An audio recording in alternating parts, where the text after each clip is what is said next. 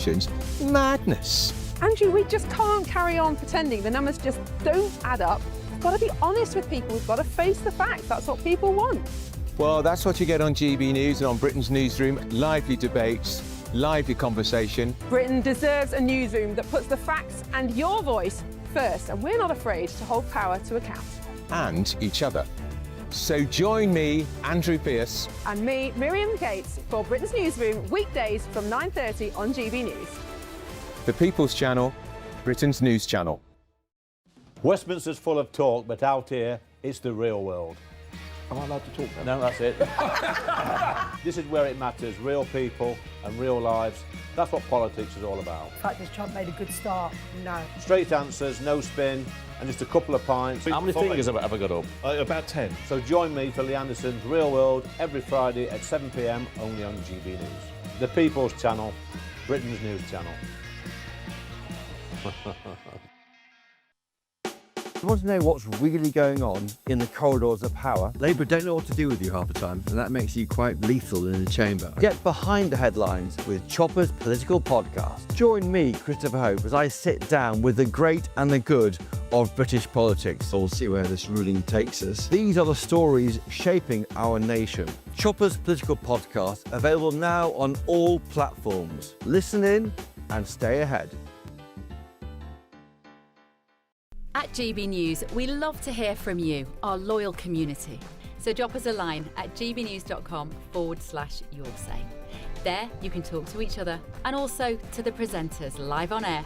gbnews.com/yoursay, because GB News is your channel, Britain's news channel.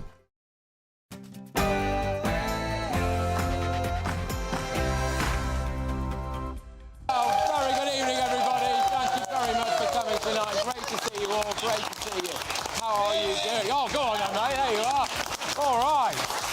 Well, we have got one heck of a show lined up for you tonight. It's 9 p.m, I'm Patrick Christys, and there is some breaking news straight off the bat. Hamas has agreed to release all the Israeli hostages, dead or alive, under the terms of US President Donald Trump's Gaza proposal, and signalled their readiness to immediately enter mediated negotiations to discuss the details. Get you some more detail on that and all the reaction as well. But closer to home, tonight, in introducing our Deputy Prime Minister, David Lammy, and before I do, please,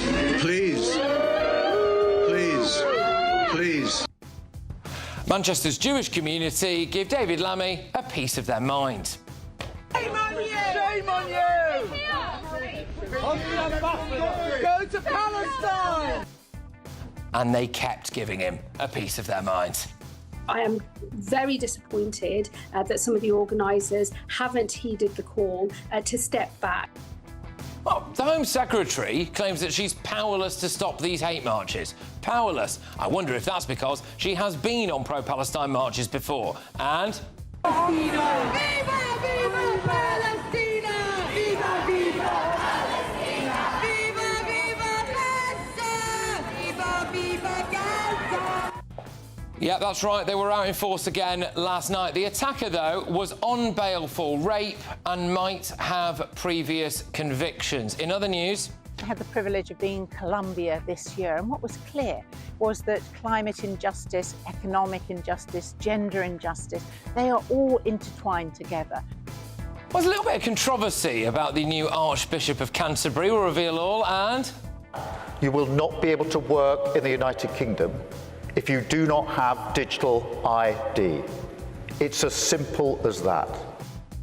What is it? Is anyone here in favour of digital ID? No? People no, not really. Well, we might have some good news for you, actually, because it looks like Sir Keir Starmer is about to U-turn on digital ID. Oh, well, there you go. Yeah, obviously, yeah, it's a thing, isn't it? Yeah.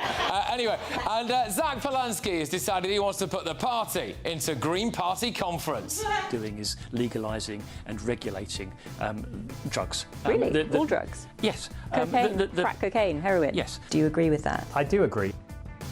Bit of crack and heroin, yeah, why not? Make it legal. Mate, I've always said it, make it legal, yeah. Anyway, on my panel tonight, we've got businessman and activist Adam Brooks. We've got journalist and broadcaster Christo Fupas. Former Conservative MP Jane Stevenson. And Labour MP Barry Gardner. Oh, that was all right. That was all right. That's good. Very well behaved, everybody. Get ready, Britain. Here we go.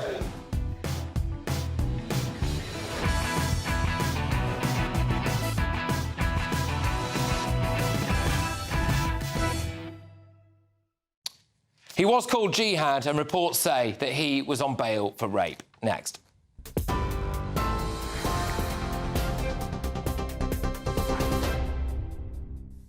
Very good evening. It's just gone 9 o'clock. These are your top stories.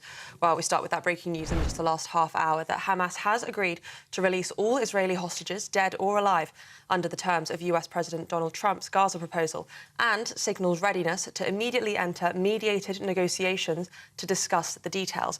That's, of course, as President Donald Trump gave Hamas until Sunday night to agree to his proposal to end Israel's war in Gaza, warning that, quote, all hell would break out in Palestinian enclave if it fails to get on board. We'll bring you more on that developing story this evening.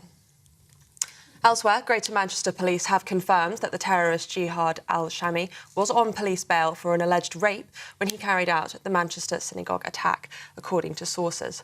They said, however, that he did not appear to be known to the counter-terrorism policing. Meanwhile, crowds heckled the Deputy Prime Minister David Lammy during a vigil that took place in Crumpsall today. Palestine! Shame on you! Shame on you! On the ambassador! Go to Palestine! Leave us alone!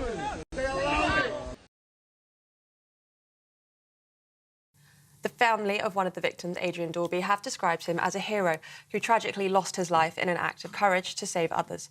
The attacker was responsible for the killings was a 35-year-old British citizen of Syrian descent, and he was shot dead 7 minutes after police were called to the scene. He came to the UK as a young child and was granted British citizenship in 2006 as a minor. Yesterday's events, however, didn't stop pro-Palestine protests going ahead across the nation, as the Met Police are calling for such rallies to be cancelled over the weekend.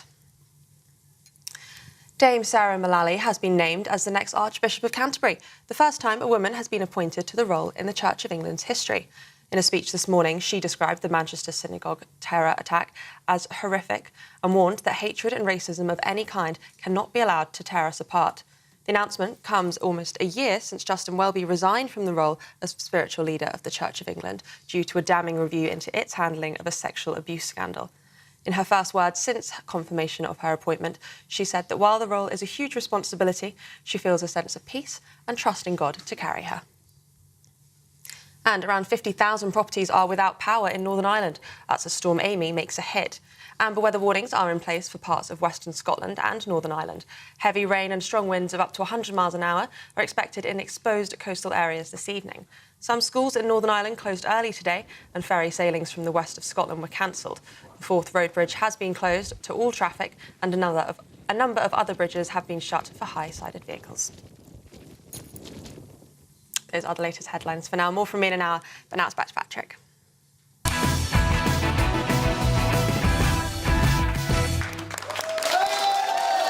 good evening, everybody. Thank you very, very much to everyone who has come to Patrick Christys tonight.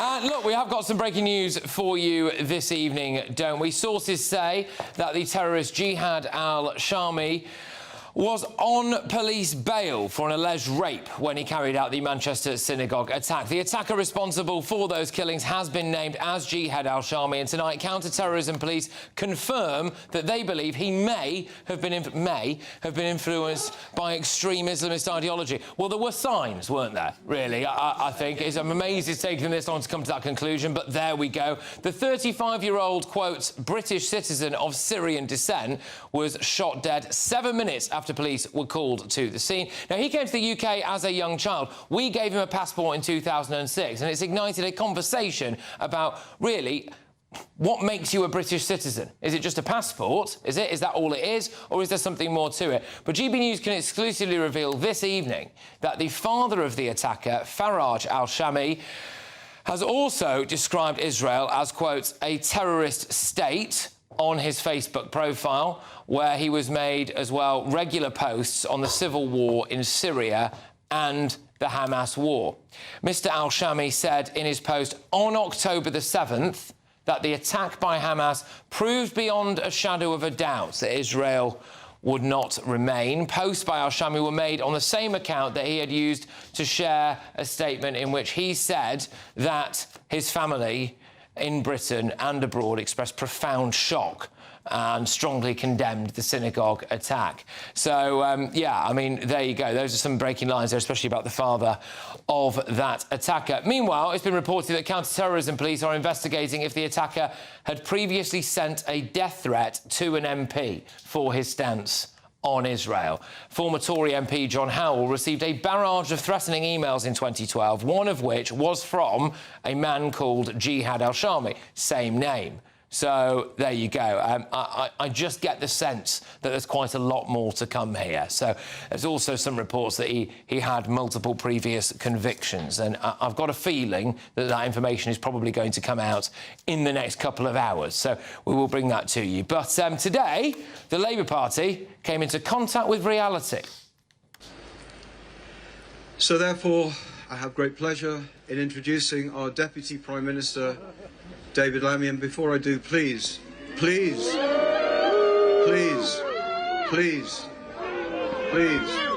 know how we all feel. We know how we all feel. Go to Palestine! Shame on you! Shame on you! Go to Palestine! Leave us alone! David Lammy was heckled. Manchester's Jewish community shouted, "Shame on you, go to Palestine. You've enabled this," they said to him. Then he had the brass neck to start speaking and call the local Jewish community his friends and talk about how, gosh, we mustn't be divided. That is why we stand in defiance of those terrorists who seek to divide us. We mustn't be divided. Why don't you just go and say that at one of the hate marches and stop resorting to calling everyone you disagree with a Nazi? You know, what else stood out to me? Well, there he is on the scene of the most shameful terrorist attack against Jews, an attack that comes after a tidal wave of anti-Semitism, in my view, just totally ignored by his own party, and he can't even speak from the heart. He has to read out a pre-prepared speech, probably written by somebody else, from a piece of paper.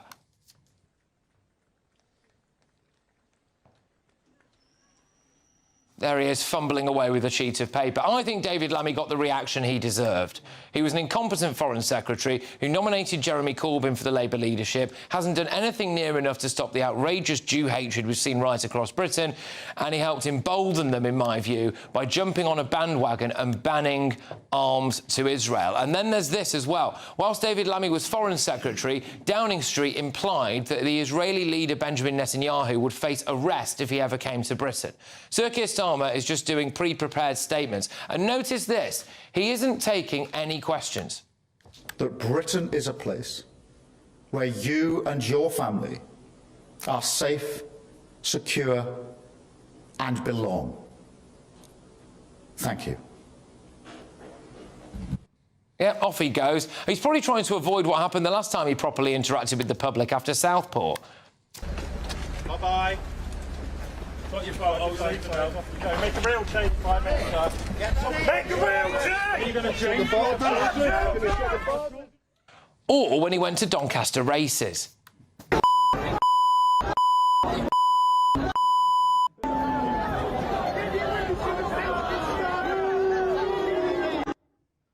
Or when he goes to football matches.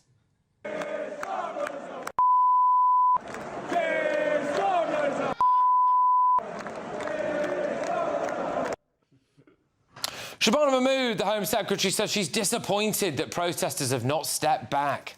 Those messages are utterly disgraceful. They are fundamentally un-British in nature, as far as I'm concerned. I would have wanted to see people in this country, step back from protesting for at least a few days, just to give the Jewish community here a chance to process what has happened and to begin the grieving process as well. I am very disappointed that some of the organisers haven't heeded the call to step back. Well, it's not a shock, really, I don't think, because, she's been on some of these marches, hasn't she, before October the 7th? People are angry. Tony Blair's Labour government gave a Syrian jihadi called Jihad a British passport in 2006. He was reportedly on bail for rape. In my view, Labour has fanned the flames of Jew hatred in this country, and when David Lammy was booed, he got exactly what he deserved. Let's get the thoughts of my panel on this evening. I appreciate, you know, it's a very heavy news agenda tonight, but we're going to do it anyway. Adam, your views on the Lammy booing? Look, it's very heavy topics tonight, but look, this is about speaking the truth and speaking what the people of this country think. And this Labour government is the most hated government of my lifetime, including Keir Starmer. David Lammy got exactly what he deserved today because he's a representative of a government that has appeased a terrorist group in Hamas. We should never have recognised a Palestinian state when they are still in control. They are murdering their own people.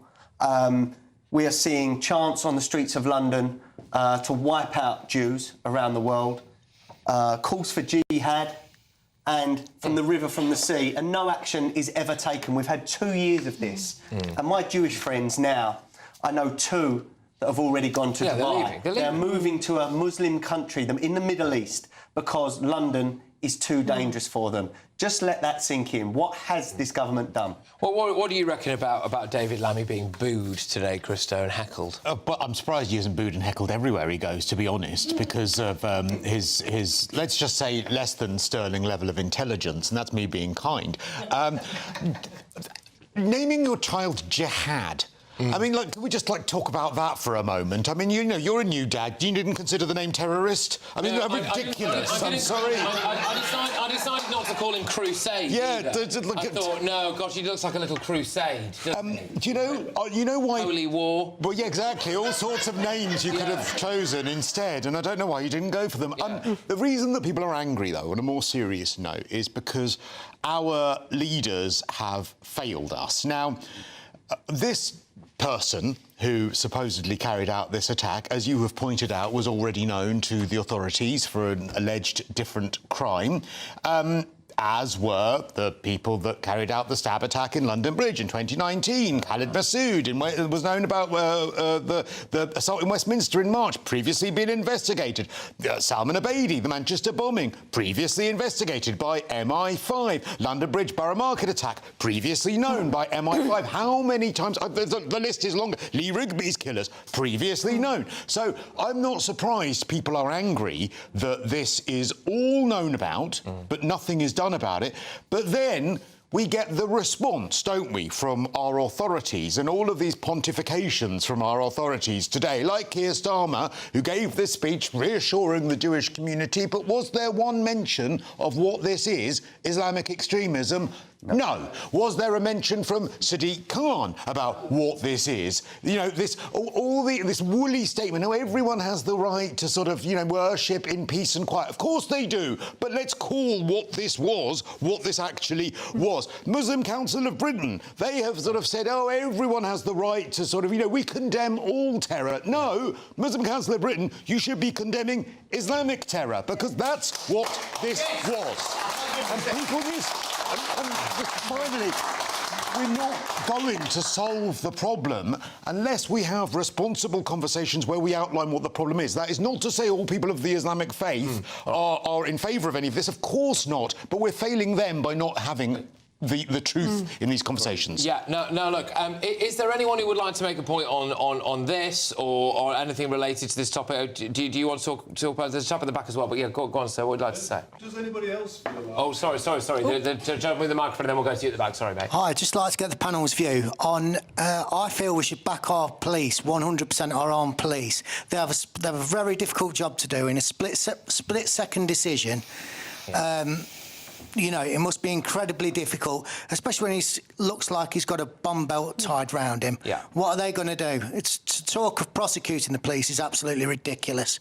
Needs bin in straight away. Yeah, good. And just to clarify as well, that was the other, I suppose, big news of the day. There's a lot of big news today, but the other big news of the day was that it appears as though 2 of the people who were injured, one of them who sadly died in this, did have injuries consistent with being shot, and obviously the jihadi himself wasn't carrying a gun, as far as we're aware. So it would suggest that there'd either been a ricochet or something had happened. And I think in light of that, I suppose, is it one of those things where, as bad and as awful as that must be for everyone involved, you still kind of have to support the armed police there for actually going to see what they do? Absolutely. And I think it's very easy to sit in hindsight and judge either a member of the armed forces or an armed policeman, and they have a microsecond to make a very, very difficult decision. They thought he had a bomb. It was very credible. It was very reasonable. He was within feet of a crowded synagogue. I mean, I think they did amazingly within 7 minutes to take that chap down. So we don't know how the people got shot, if it was a ricochet or if it was through the doors of the synagogue, because people were pushed against the doors to stop. So we will hear, but no, I back our armed police 100%. Can I just get the gentleman at the back, and then obviously we'll give Barry a bit of time here. So does anybody else feel like in Starmer's speech the other day, he did, not only did he not mention where the problem seems to be coming from, he seemed to be almost blaming the far-right English for it. I thought there was definite undertones of that. They're not mentioning of what we all know the problem to be. Well, he's quick enough. It's he's rising quick enough again, to call everything these far types right. of things like, no, I think you're purposely misidentifying something there, it feels to me. Interesting. Well, look, Barry, there's lots to go out here. I mean, can I put to you firstly, where is Keir Starmer on this? You know, he's not been out, he didn't want to go out, he kind of left David Lammy to go and be heckled by the local Manchester Jewish community there, didn't he? Is he showing enough leadership here? Look, the first thing that anybody should say is about what happened today is about the people themselves and the people who've lost loved ones. They went to that synagogue to pray. They went on the holiest day in the Jewish calendar to pray. And that should have happened is horrendous. It is vile to think that that is going on in our society. And this is militant Islamic terrorism, and it has to be stopped. One of them said that they thought, one of the heckles was that they felt as though that David Lammy had helped to enable this kind of stuff.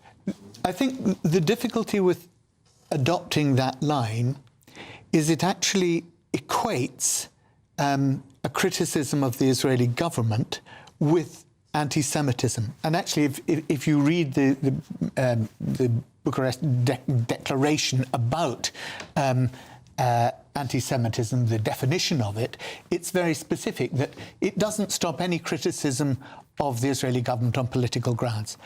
But I spent the day, the first thing I had to do today as a local MP was to speak to the Inspector of Police to ensure that this weekend there would be additional security on my synagogues, and I have in my constituency the largest Jewish school in Europe, JFS.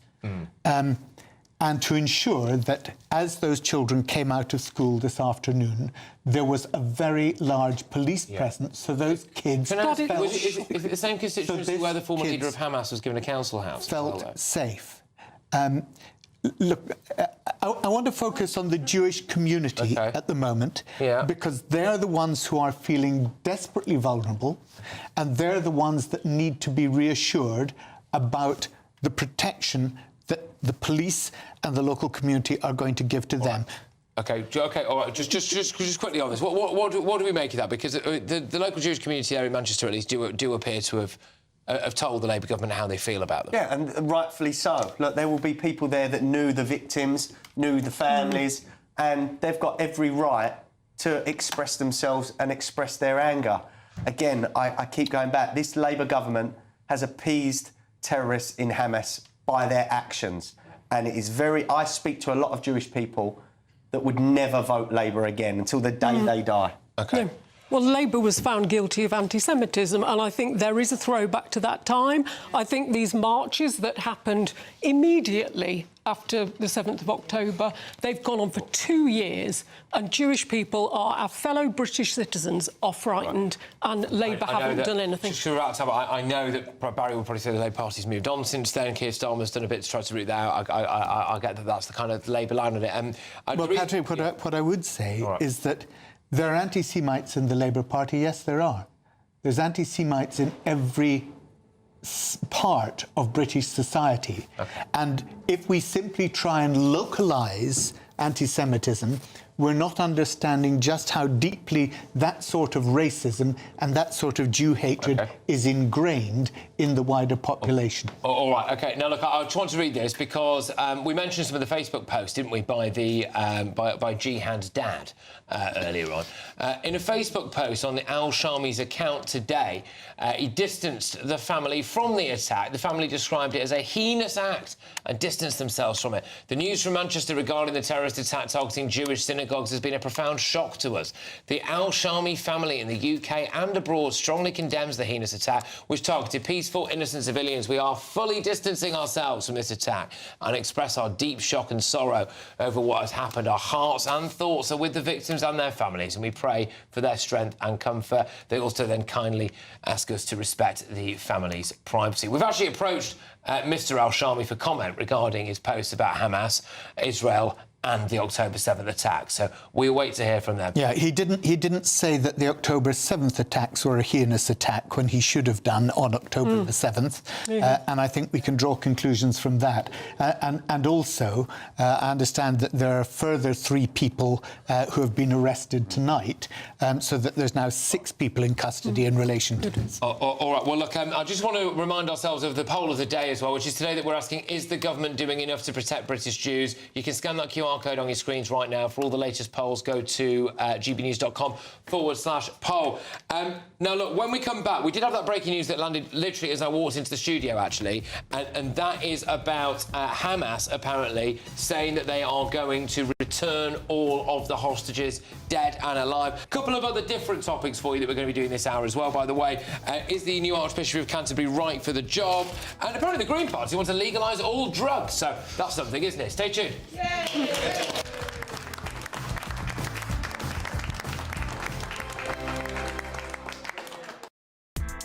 Join me, Nana Akweer, for an informative, interactive news programme with a difference. It's fun. No, he didn't say that, Dave. I'm so surprised. I think there's an element of truth to that. Join me from 3 p.m. every weekend, only on GB News, Britain's news channel. From the school run to the home run, watch a new show for all of Britain. So he can say whatever he wants. A straight-talking show where all voices are heard. And, you know, when are we going to stop talking about smashing the gangs and actually do it? With the stories that matter from every part of our country. There's a bit of a crash landing there for your Chancellor. Bold, fearless and standing up for you. That's me, Martin Daubney, 3 p.m. till 6 p.m, weekdays, here only on GB News. The People's Channel, Britain's news channel. Westminster's full of talk, but out here, it's the real world. Am I allowed to talk then? No, that's it. This is where it matters, real people and real lives. That's what politics is all about. In fact, has Trump made a good start? No. Straight answers, no spin, and just a couple of pints. How many fingers have I got up? About 10. So join me for Lee Anderson's Real World every Friday at 7 p.m, only on GB News. The People's Channel, Britain's news channel.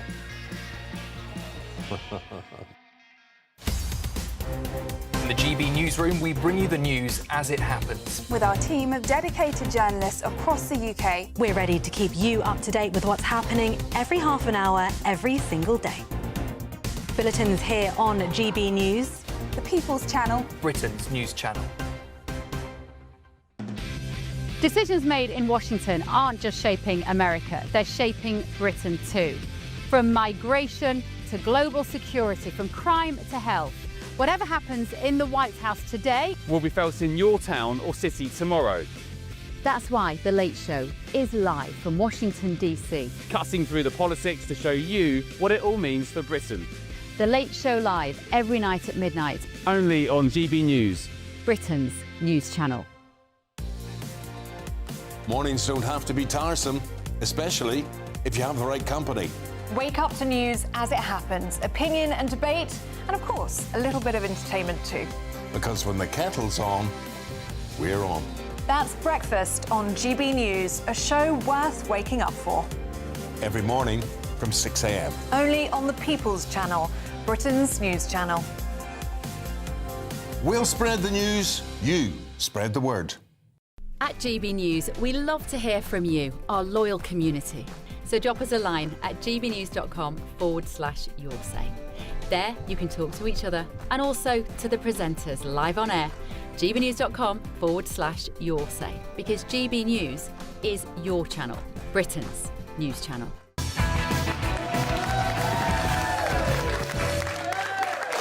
Welcome back, everybody. Thank you very much to my live studio audience. And we can bring you that big breaking news right now. Hamas has said that it agrees to release all the Israeli hostages, alive or dead, under President Trump's Gaza proposal. So the group has confirmed their readiness to immediately engage in negotiations through mediators and reiterated its agreement to hand over the administration of the Gaza Strip to a Palestinian body of independent technocrats. So that also feels like quite a big development there, doesn't it? Qatari mediators have confirmed to Reuters they've received this response. Hamas has added that it appreciates the Arab, Islamic and international efforts, as well as those of President Donald Trump. This is some serious, quite big lines coming out here, really, when you think about that. A senior Hamas official has told Al Jazeera, obviously, they're going to hand over the hostages held in Gaza within 72 hours.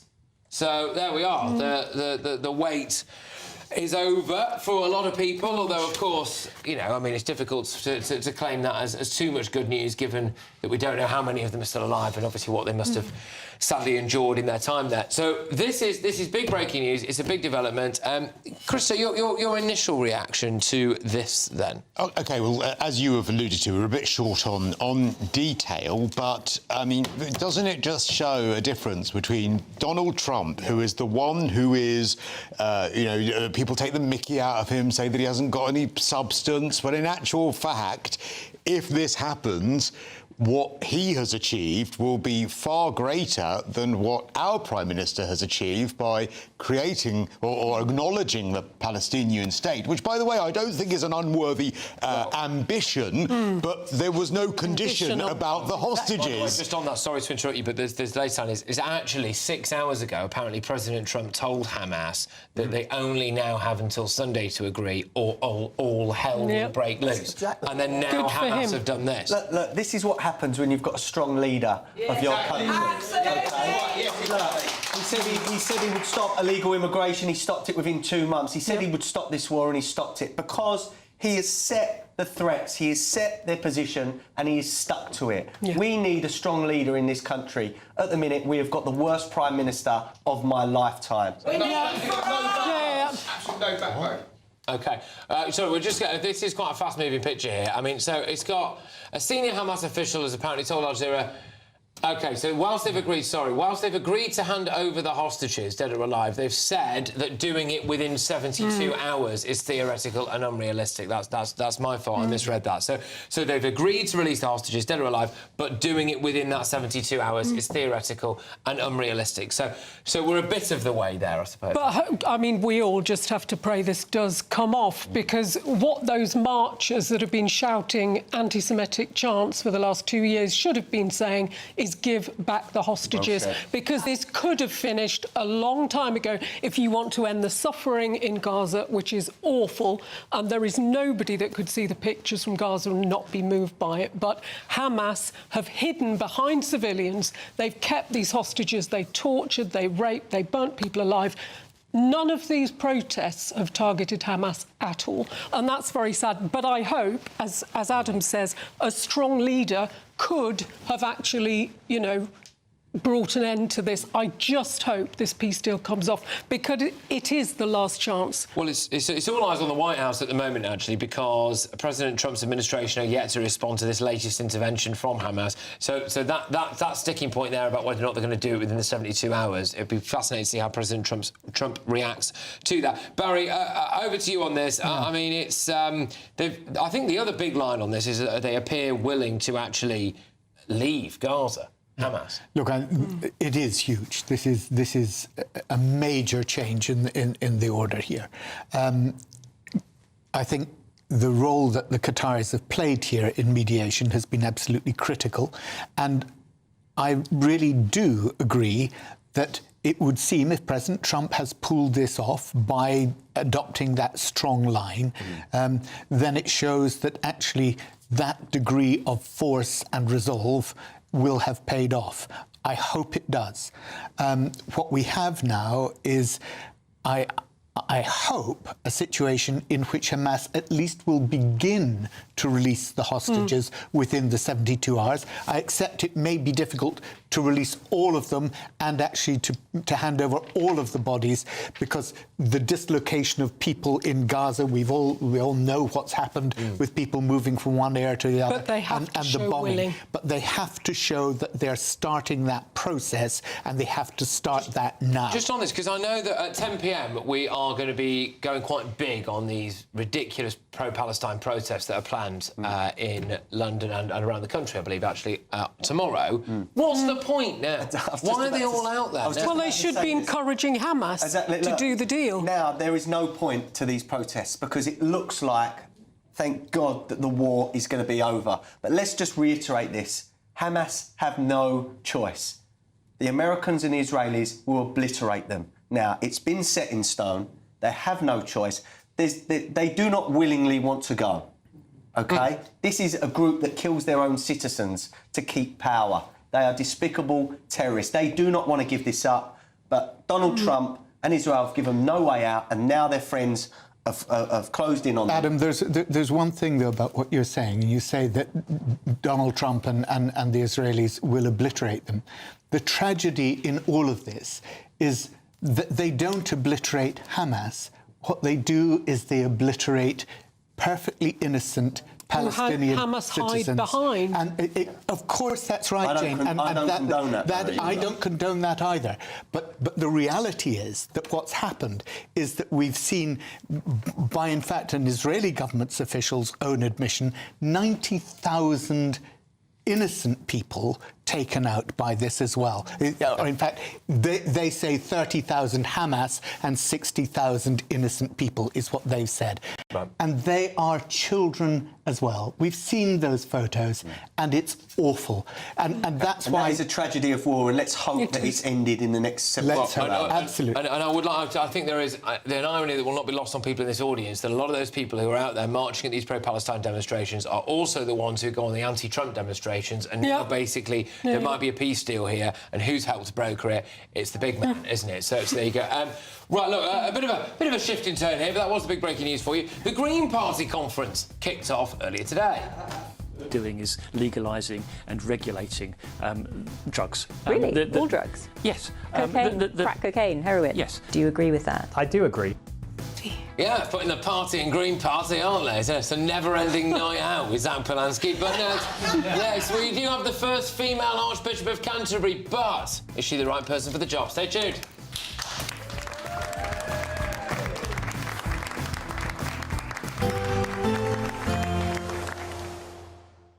Dinner under the stars tonight? That reminds me of our travel insurance. You mean All Clear Skies? All Clear Travel Insurance sponsors GBNews Travel Destinations Forecast. Looking ahead to tomorrow across southern parts of Europe, and there is a lot of fine weather around, but not everywhere. The same band of rain that's been sweeping through today across the UK in association with Storm Amy is going to fringe into northwestern parts of Spain and Portugal, bringing some wet weather here. Elsewhere, generally dry for most, but some heavy, showery bursts of rain likely across more eastern parts, particularly affecting Greece at times. Otherwise, it's looking largely fine into next week. All Clear Travel Insurance sponsors GBNews Travel Destinations Forecast. Hello again and welcome to the latest update from the Met Office for GB News. Storm Amy is crossing the UK as we speak, passing northern Scotland and bringing its strongest and most damaging wind gusts to much of Northern Ireland, northern and western Scotland through the night time and into much of Saturday. You can see how tightly packed the isobars are as Storm Amy makes its way across the north of Scotland. Spells of rain pushing through the whole of the UK. For many parts, 50 to 60 miles an hour wind gusts are expected overnight, along with a spell of heavy rain. But it's across Scotland, Northern Ireland, Northern England, North and West Wales, where gusts could exceed 70 miles an hour in exposed spots, and especially for the west and north of Scotland overnight. We're looking at wind gusts of 100 miles an hour for the Western Isles and 85 miles an hour for the northeast of Scotland during Saturday as Amy pulls away. That accompanied by heavy rainfall continuing to stream into much of Scotland, with large accumulations expected across the Northwest Highlands in particular. Northern Ireland seeing a wet and windy start, Northern England as well. And for much of the south, we're going to see showers interspersed by brighter spells, but very blustery out there, 50 to 60 mile per hour wind gusts. So it's a windy day on Saturday for the whole of the UK, but by this stage, the strongest winds and the biggest impacts are expected across the Northern Isles into parts of Caithness, parts of Aberdeenshire as well. That's where wind gusts could reach 70 to 85 miles an hour. The strong wind from the northwest will feel cold out there, temperatures dipping compared with the last few days, and there'll be frequent showers feeding in. Similar on Sunday, but we're starting to see it calm down at this stage. Amy pulls away, still a strong breeze from the northwest, still feeling on the cold side, still some showery rain around, but nowhere near as unsettled as the next 24 hours. And then into next week, we've got a westerly breeze, but it's not looking quite as stormy. In the GB newsroom, we bring you the news as it happens. With our team of dedicated journalists across the UK, we're ready to keep you up to date with what's happening every half an hour, every single day. Bulletins here on GB News, the People's Channel, Britain's news channel. Westminster, the ultimate clique. And you're fighting like rats in a sack. But here on the Camilla Tominey Show, we ask the questions the establishment media is too scared to ask. OK, let me ask you a straight question, because I know you're a straight-talking politician. Whether it's net zero, illegal immigration or law and order, nothing is off limits. You had the power then. Yeah, as I and say, now you've lost it. That's the Camilla Tominey Show, a politics show that's fearless. But no, let me finish my question if you don't mind, because it is my show. Sundays at 9:30, only on GB News, the People's Channel, Britain's news channel.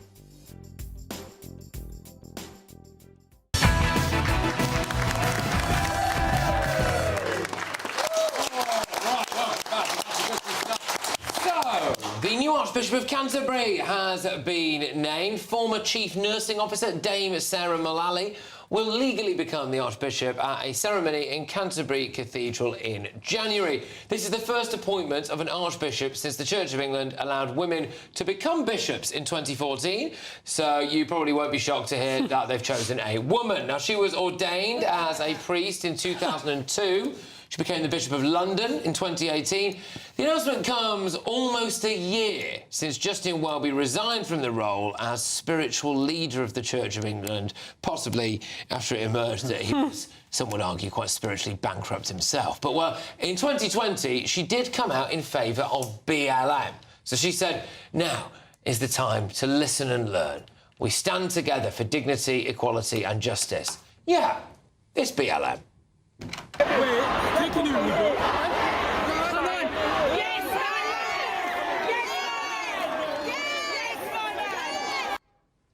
Outside there of police officers taking the knee in front of Downing Street. I want to know, you know, is she the right woman for the job? So I don't know if anyone in the audience has got any strong views on this. Feel free to chime in at some point if you do. Jane, your views? I think it's an interesting choice. It is going to cause a bit of division within the Anglican community. A lot of the African churches and Asian churches do not sort of recognise women priests, and I think it's an interesting job. I don't really care if someone is a man or a woman when they get appointed to a job. I care that they do it well. I hope she'll be slightly less political than her predecessor, but let's hope our first woman Archbishop of Canterbury does significantly better than our first woman Chancellor. OK, right, I see. I see. Yeah, so you got views on this? OK, the BLM stuff, right? OK, I think that you've made a really fair point, is that fundamentally it's about, I don't want them being hypocrites as well. I remember Justin Welby talking about how, you know, homelessness was such a terrible problem, and you think, well, you're sitting on about £2 billion worth of land as the, you know, so please stop talking about that. So that sort of stuff is irritating to people.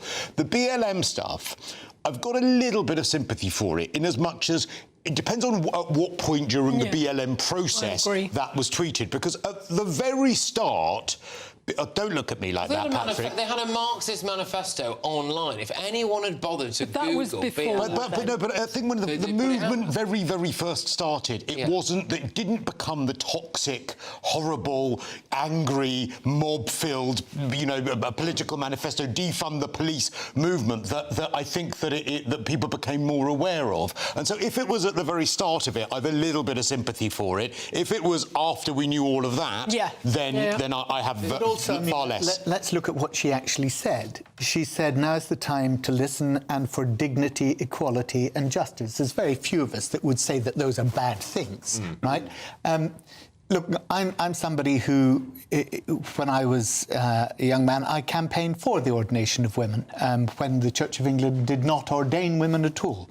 My wife wanted to be a priest in the Church of England, but couldn't be because she was a woman. In those days.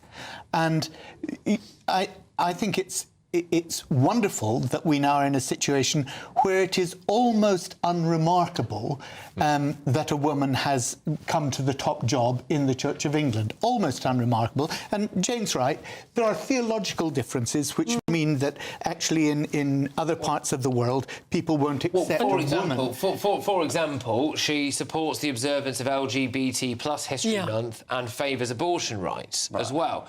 And blessings of gay couples in churches. This is going to create tension with African those are things which have created tension. I mean, we have an Archbishop in Wales who is a lesbian and you know, has made no bones about that. Look, the Church has got many things to deal with, but the point is she the right person? She was the youngest person ever to become the chief nursing officer in the NHS. Her background as an administrator is exceptional. She's a woman of incredible talent, and I hope she now brings that talent to bear as the Archbishop. I'm an atheist, so, you know, I respect people's religion, and I will always support people's beliefs, but I don't really care who is Archbishop. But one thing, the Church has a terrible history of child abuse. And all I want to see is this woman deal with this, be open and uncover the rest of it, and stop virtue signalling and stop getting involved in our politics like Justin Welby. That's all I ask from the head of the Church. All right, well, there you go. OK, all right, well, look, just to whiz ourselves on, because I do want to get into the Green Party apparently wanting to legalise crack. But before that, it's time for the Great British Giveaway. No, it's not some crack. It's a brand new motorhome worth more than £74,000. Was that a K or a P? What? No, I didn't hear what you said, and I don't sure I want to. You could be in it to win it. It's our biggest, greatest Great British giveaway to date. Your chance to win a prize package worth over £104,000. You could be driving away with this brand new Benamar Primero motorhome. With thanks to Marquis Leisure, this 4-berth home from home comes complete with integrated kitchen and bathroom areas, sky view roof light, and has all the tech you'd expect from the latest 2025 model. We'll also give you an incredible £30,000 in tax-free cash to make sure any adventures in your motorhome are taken in style.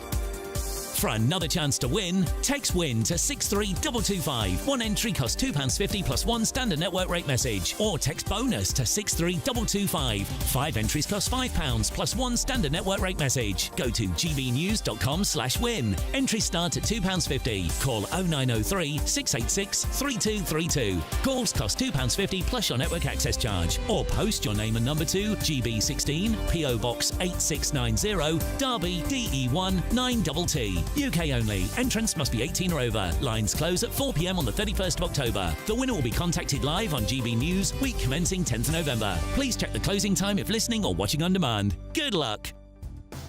Well, there we go. The Greens really are having a party. Welcome back to Britain's Newsroom with Andrew and Beth. Hello everyone, Patrick Christys here. I'm Michelle Duke, Britain's News Channel. Access the stories that matter to you. Take the GB News family with you on any device. And as long as you have an internet connection, tune in to GB News anywhere on the planet or beyond. GB News, the People's Channel, Britain's news channel. From the school run to the home run, watch a new show for all of Britain. He can say whatever he wants. A straight talking show where all voices are heard. And, you know, when are we going to stop talking about smashing the gangs and actually do it? With the stories that matter from every part of our country. There's a bit of a crash landing there for your Chancellor. Bold, fearless and standing up for you. That's me, Martin Daubney, 3 p.m. till 6 p.m, weekdays, here only on GB News. The People's Channel, Britain's news channel. Westminster's full of talk, but out here, it's the real world. Am I allowed to talk now? No, that's it. This is where it matters, real people and real lives. That's what politics is all about. In fact, has Trump made a good start? No. Straight answers, no spin, and just a couple of pints. How many fingers have I got up? About 10. So join me for Lee Anderson's Real World every Friday at 7 p.m, only on GB News. The People's Channel, Britain's news channel.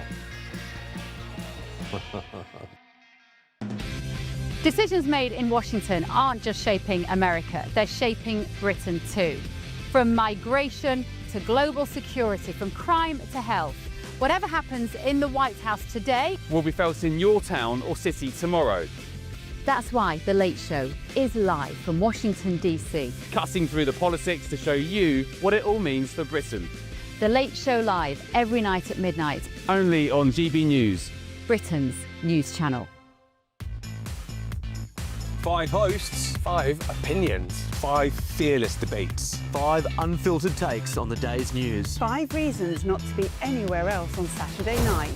This is the Saturday 5. You got me good there. Britain's biggest Saturday night TV show. It's not a bad brand. Yeah. Uncensored. Very, very racy tonight on the unpredictable. What did she say? Can you translate it for us? And always entertaining. And how can a country go from being led by William Wallace Saturday nights from 6 p.m, only on GB News. The People's Channel. Britain's news channel. You're going to want to stay tuned, trust me. At GB News, we love to hear from you, our loyal community. So drop us a line at gbnews.com/yoursay. There you can talk to each other and also to the presenters live on air. gbnews.com/yoursay, because GB News is your channel, Britain's news channel.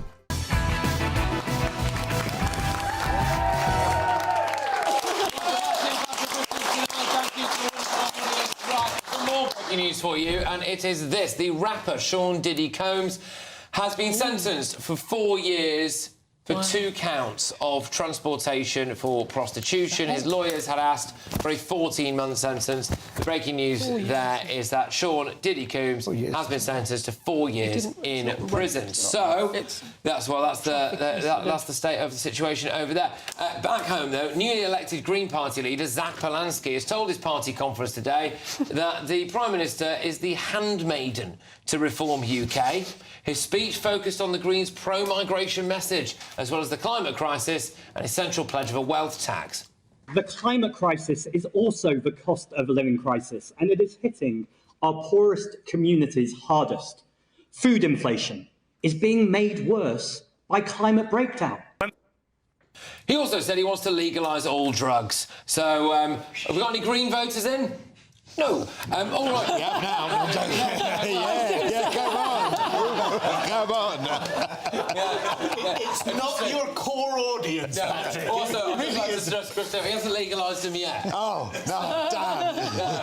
Adam, your views? Look, for me, the Green Party now are a mix of lunatic tree huggers and a Gaza appreciation society. That is true. I do not know what the Greens are. For me, they look like green communists.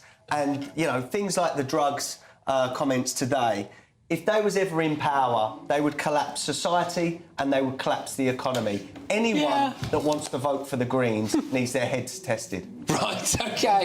Or needs to start taking a lot of drugs. Or they just that's drugs. basically what that's. I mean, I think that they are absolutely going for their core audience, because if you are thinking of voting Green, I would respectfully suggest that you're probably, you know, taking crack on a regular basis. Look, I mean, they have just won the vote of most prisoners. Anyone who's ever dabbled, I suppose. Jane, are the Greens actually a serious party? I don't think so, but I think this chap, he makes politics a little bit more colourful, a bit more interesting, but it does, as I agree with Adam, it seems to be the old Green Party, little old ladies who like the environment, and then suddenly it's gone into drug users and pro-Hamas weird people, and it's just, it doesn't seem like a coherent group of people, so it'd be interesting to see where he takes them next, I think. He did also, before he goes to Barry, he did also used to, well, she apologised for this, I think. He was a Lib Dem as well. Which is not the worst thing he's done. But it's up there. He said that he could hypnotise women to make their breasts bigger. Yes. That was what he did. He did that. He did indeed. Can we check a hard drive or? No. Barry, but they're coming for you. The Greens are coming for you, mate. Well, look, They are. I disagree with a great deal of what Mr. Polanski said today and historically. But he did say one thing which I picked out that I thought was right. And that was, you cannot be an effective environmentalist without talking about the deep inequality in our society. And that is something, I do a lot of work on the environment and on climate change, and I think it's absolutely true. Okay. It is about a deep inequality in our society that we need to redress. But he wants open borders. Sorry. What did he say he could make bigger? You don't have them. No, you do. There's 7 naked men on this laptop. How dare you? How dare you? He was looking for tractors, don't you? Oh, do you remember that? Do you remember that? Looking up tractors. It was just long for the days when that was the new... At the time, wasn't it? Yeah, the Dominator tractor. Anyway. Right, OK, so, look, when we come back... I didn't do it, it wasn't me. So, when we come back, matters a little bit more serious. This affects a lot of people out there. Now, we're going to have a load more marches on the streets tomorrow. Should we stop them? Stay tuned, everybody. Thank you.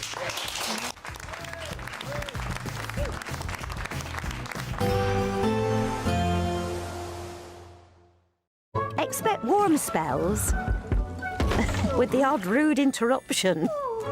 Box Boilers sponsors the weather on GB News. Hello again and welcome to the latest update from the Met Office for GB News. Storm Amy is crossing the UK as we speak, passing northern Scotland and bringing its strongest and most damaging wind gusts to much of Northern Ireland, northern and western Scotland through the night time and into much of Saturday. You can see how tightly packed the isobars are as Storm Amy makes its way across the north of Scotland. Spells of rain pushing through the whole of the UK. For many parts, 50 to 60 miles an hour wind gusts are expected overnight, along with a spell of heavy rain.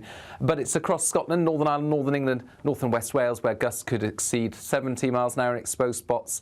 And especially for the west and north of Scotland overnight, we're looking at wind gusts of 100 miles an hour for the Western Isles and 85 miles an hour for the northeast of Scotland during Saturday as Amy pulls away. That accompanied by heavy rainfall continuing to stream into much of Scotland, with large accumulations expected across the Northwest Highlands in particular. Northern Ireland seeing a wet and windy start, Northern England as well. And for much of the south, we're going to see showers interspersed by brighter spells, but very blustery out there, 50 to 60 mile per hour wind gusts. So it's a windy day on Saturday for the whole of the UK, but by this stage, the strongest winds and the biggest impacts are expected across the Northern Isles into parts of Caithness, parts of Aberdeenshire as well. That's where wind gusts could reach 70 to 85 miles an hour. The strong wind from the northwest will feel cold out there, temperatures dipping compared to the last few days. and there'll be frequent showers feeding in. Similar on Sunday, but we're starting to see it calm down at this stage. Amy pulls away. Still a strong breeze from the northwest. Still feeling on the cold side. Still some showery rain around, but nowhere near as unsettled as the next 24 hours. And then into next week, we've got a westerly breeze, but it's not looking quite as stormy.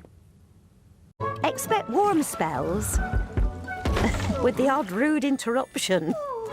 Box Boilers sponsors the weather on GB News. It's our biggest Great British giveaway to date. You could be driving away with this brand new Benamar Primera motorhome. This 4-berth home from home comes complete with integrated kitchen and bathroom areas and has all of the tech you'd expect from the latest 2025 model. We'll also give you an incredible £30,000 in tax-free cash to make sure that any adventures you take in your new motorhome are taken in style. For a chance to win, text WIN to 63225. One entry costs £2.50 plus one standard network rate message, or text BONUS to 63225. 5 entries cost £5 plus one standard network rate message. Go to gbnews.com/win. Entries start at £2.50. Call 0903 686 3232. Calls cost £2.50 plus your network access charge. Or post your name and number to GB16 PO Box 8690 Derby DE1 9TT. UK only. Entrance must be 18 or over. Lines close at 4 p.m. on the 31st of October. Please check the closing time if listening or watching on demand.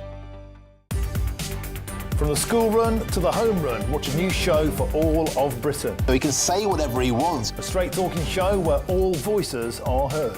And, you know, when are we going to stop talking about smashing the gangs and actually do it? With the stories that matter from every part of our country. There's a bit of a crash landing there for your Chancellor. Bold, fearless and standing up for you. That's me, Martin Daubney, 3 p.m. till 6 p.m. weekdays here only on GB News. The People's Channel, Britain's news channel.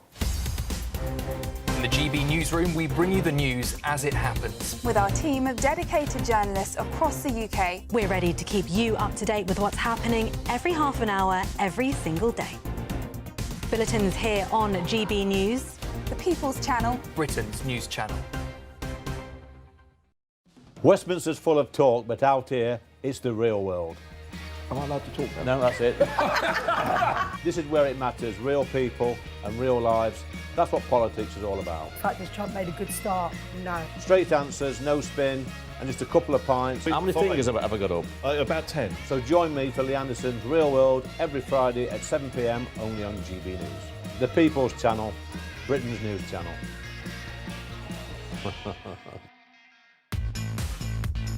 5 hosts, 5 opinions, 5 fearless debates, 5 unfiltered takes on the day's news. 5 reasons not to be anywhere else on Saturday night. This is the Saturday 5. You got me good there. Britain's biggest Saturday night TV show. It's not a bad brand. Yeah. Uncensored. Very, very racist tonight on the unpredictable. What did she say? Can you translate it for us? And always entertaining. And how can a country go from being led by William Wallace Saturday nights from 6 p.m. only on GB News. The People's Channel. Britain's news channel. You're going to want to stay tuned, trust me. All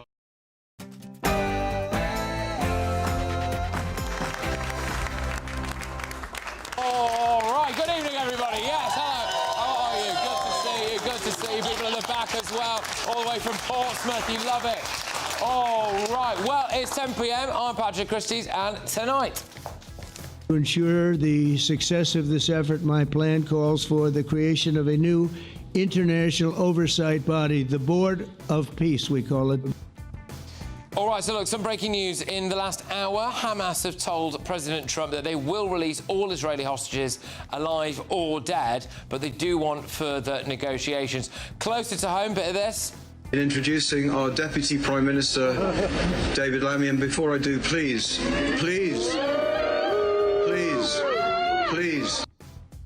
Well, Manchester's Jewish community gave David Lammy a piece of their mind. Shame on you! Shame on you! Go to Palestine!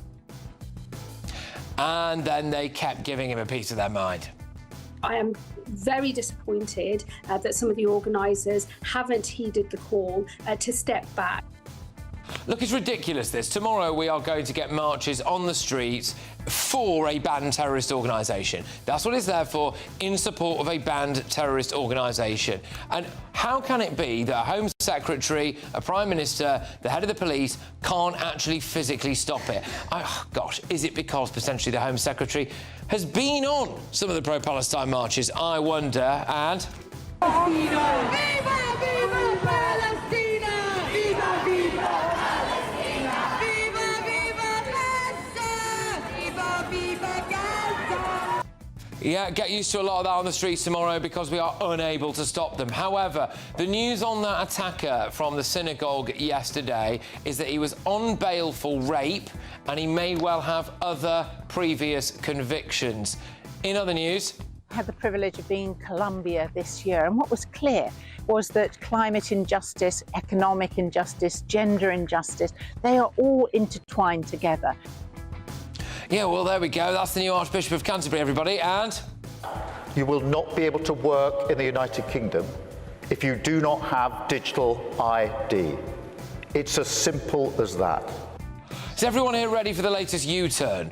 Yeah? We've had a few, haven't we? I think we've had a few. Yeah, I think, yeah. Go, get ready, because it looks as though Sir Keir Starmer might U-turn when it comes to digital IDs. And Zach Polanski, well, you know what? He really is putting the party in Green Party. Here we go. Doing is legalising and regulating drugs. Really? All drugs? Yes. Cocaine, crack cocaine, heroin? Yes. Do you agree with that? I do agree. Yay! No rules for anyone, just drugs everywhere. On my panel tonight, we've got businessman and activist Adam Brooks. We've got broadcasting royalty, Christo Fufas. We've got former Tory MP Jane Stevenson. And Labour MP Barry Gardner. So come on then, get ready, Britain, here we go.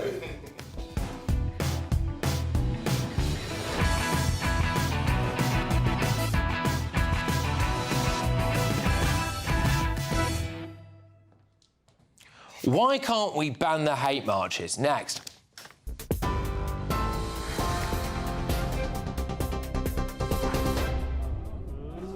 Very good evening. It's just gone 10 o'clock. These are your top stories. Well, we start with the breaking news this evening that Hamas has said that it agrees to release all Israeli hostages, alive or dead, under President Trump's Gaza proposal. The group has confirmed readiness to immediately engage in negotiations through mediators and reiterated its agreement to hand over the administration of the Gaza Strip to a Palestinian body of independent technocrats. Qatari mediators have confirmed to Reuters that they have received this response, and Hamas added that it appreciates the Arab Islamic international efforts, as well as those as Donald Trump. A senior Hamas official told Al Jazeera that the handing over of the hostages held in Gaza within 72 hours is theoretical and unrealistic. Back in the UK, Greater Manchester Police have confirmed that the terrorist Jihad al-Shami was on police bail for an alleged rape when he carried out the Manchester synagogue attack. They said, however, that he did not appear to be known to counter-terrorism policing. Meanwhile, earlier, crowds heckled the Deputy Prime Minister David Lammy during a vigil in Crumpsall. Palestine! Shame on you! Shame on you! Go to Palestine! Leave us alone!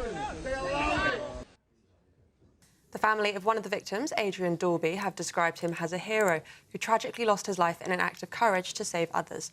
The attacker responsible for the killings was a 35-year-old British citizen of Syrian descent, and he was shot dead 7 minutes after the police were called to the scene. He came to the UK as a young child and was granted British citizenship in 2006 as a minor. Yesterday's events, however, didn't stop pro-Palestine protests going ahead across the nation, as the Met Police are calling for such rallies to be cancelled over the weekend. Now, the Conservative Party says that it will take Britain out of the European Convention on Human Rights if it wins the next election. Party leader Kemi Badenoch confirmed the pledge ahead of the party's conference in Manchester.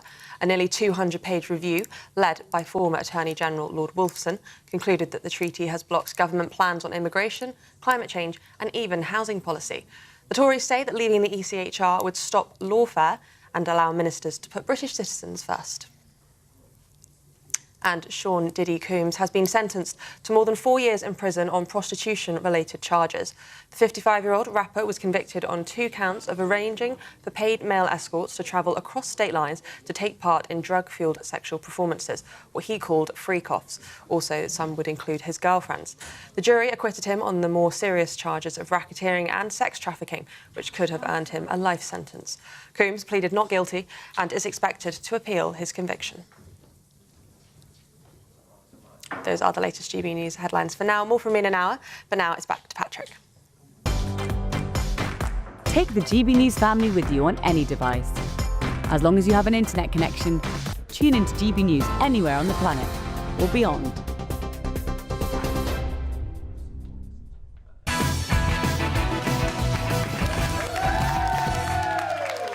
Well, good evening, everybody. Thank you to our wonderful live studio audience, as ever.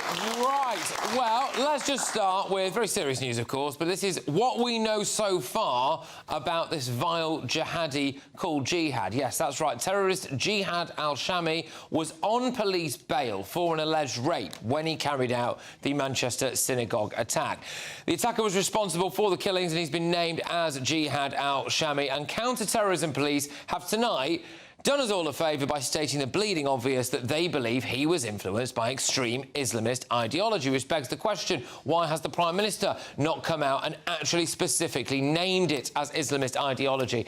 The 35-year-old man was a British citizen but of Syrian descent, and that is because we gave him a British passport in 2006, and that is raising very serious questions, which we're going to talk about in the next segment, about what is it that really makes you British. Is it just having a passport or not? But he was shot dead 7 minutes after police were called to the scene. He came to the UK as a young child. GB News can also exclusively reveal that the father of the attacker, Faraj al-Shami, has also described Israel as, quote, a terrorist state. This is on his Facebook profile. He's made regular posts on the civil war in Syria, the Israel-Hamas war. Meanwhile, it's been reported that counter-terrorism police are investigating if the attacker had previously sent death threats to an MP for his stance on Israel. Former Tory MP John Howell received a barrage of death threats, one of them from a man called Jihad al-Shami, which is the same name, obviously, as the bloke who committed that atrocity yesterday. But tomorrow, we will see disgusting marches again in Britain.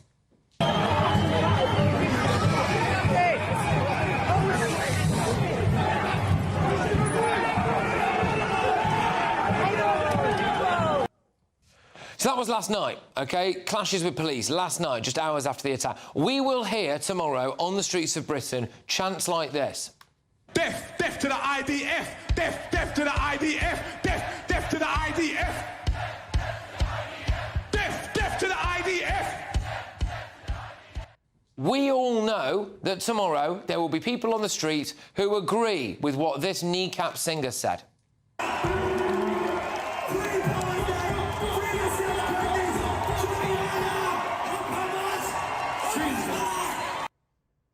Well, Kneecap have distanced themselves from past controversial on-stage remarks and said that those extracts were deliberately taken out of context, by the way, to manufacture moral hysteria. Anyway, but if other marches are anything to go by, there'll be pure, unfiltered anti-Semitism. There have been Hitler posters, glorification of the Hamas paragliders, and yesterday, a sign at one of these protests that we saw yesterday said, "Punch your local Zionist." There it is, bold as brass. The Metropolitan Police said that we needed to acknowledge that there is context for calls for jihad on the streets. The only solution is jihad by the armies of the Muslim countries. Sir Keir Starmer actually represented that now-banned terrorist organisation Hizb ut-Tahrir when they wanted to fight being a proscribed terror group in Germany. Oh, whoopsie. The head of the National Education Union has called to mobilise the Intifada. Let's do it for Palestine, Ramallah, West Bank, Gaza. It's about time we globalise the Intifada. He's the head of the National Education Union, everybody. And yesterday, we saw what globalising the Intifada looks like, don't we? A Syrian man going on a rampage at a synagogue. Last night, just hours after the terror attack, mobs descended on city centres across the country and even booed a man who walked past them and said, "Return the hostages."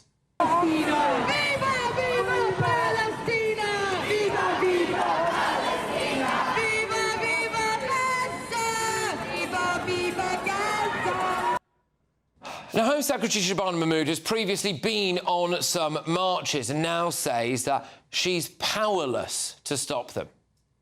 Those messages are utterly disgraceful. They are fundamentally un-British in nature, as far as I'm concerned. I would have wanted to see people in this country, step back from protesting for at least a few days, just to give the Jewish community here a chance to process what has happened and to begin the grieving process as well. I am very disappointed that some of the organisers haven't heeded the call to step back. You're the Home Secretary. You can stop this. The Metropolitan Police have urged people not to protest. The Prime Minister has urged people not to protest. The Home Secretary there says she doesn't want them to go ahead. Well, I mean, Sir Keir Starmer said this yesterday. Every Jewish person in this country, I also want to say this. I know how much fear you will be holding inside of you. I really do.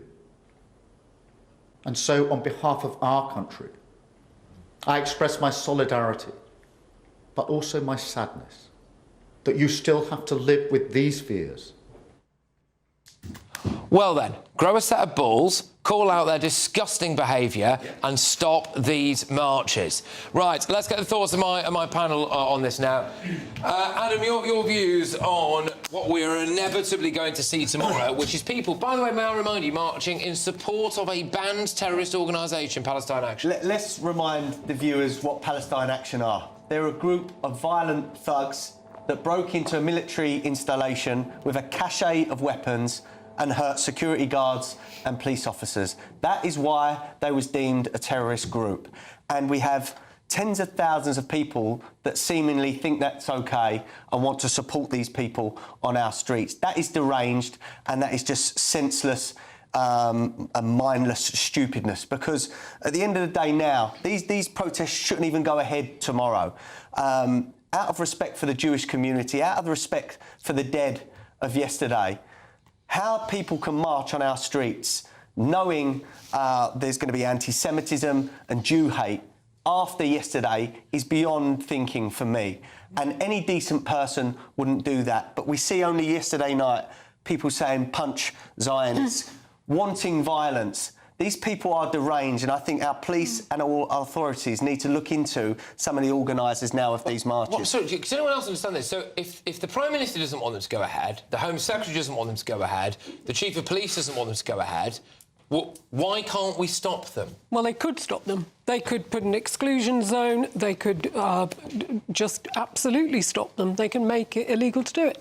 You know, we could declare a national day of mourning and sympathy. But, I mean, to come out, Shabana Mahmood, I think she has said some quite competent things since she's been Home Secretary, but I love that, by the way, that's an amazing moment. You've managed to, like, pinpoint that. Hurrah! I'm trying to just be, you know, balanced about her. She seems like a bright woman, but you can't just say thoughts and prayers, thoughts and prayers. People have had enough. And she said, we'll protect the Jewish community.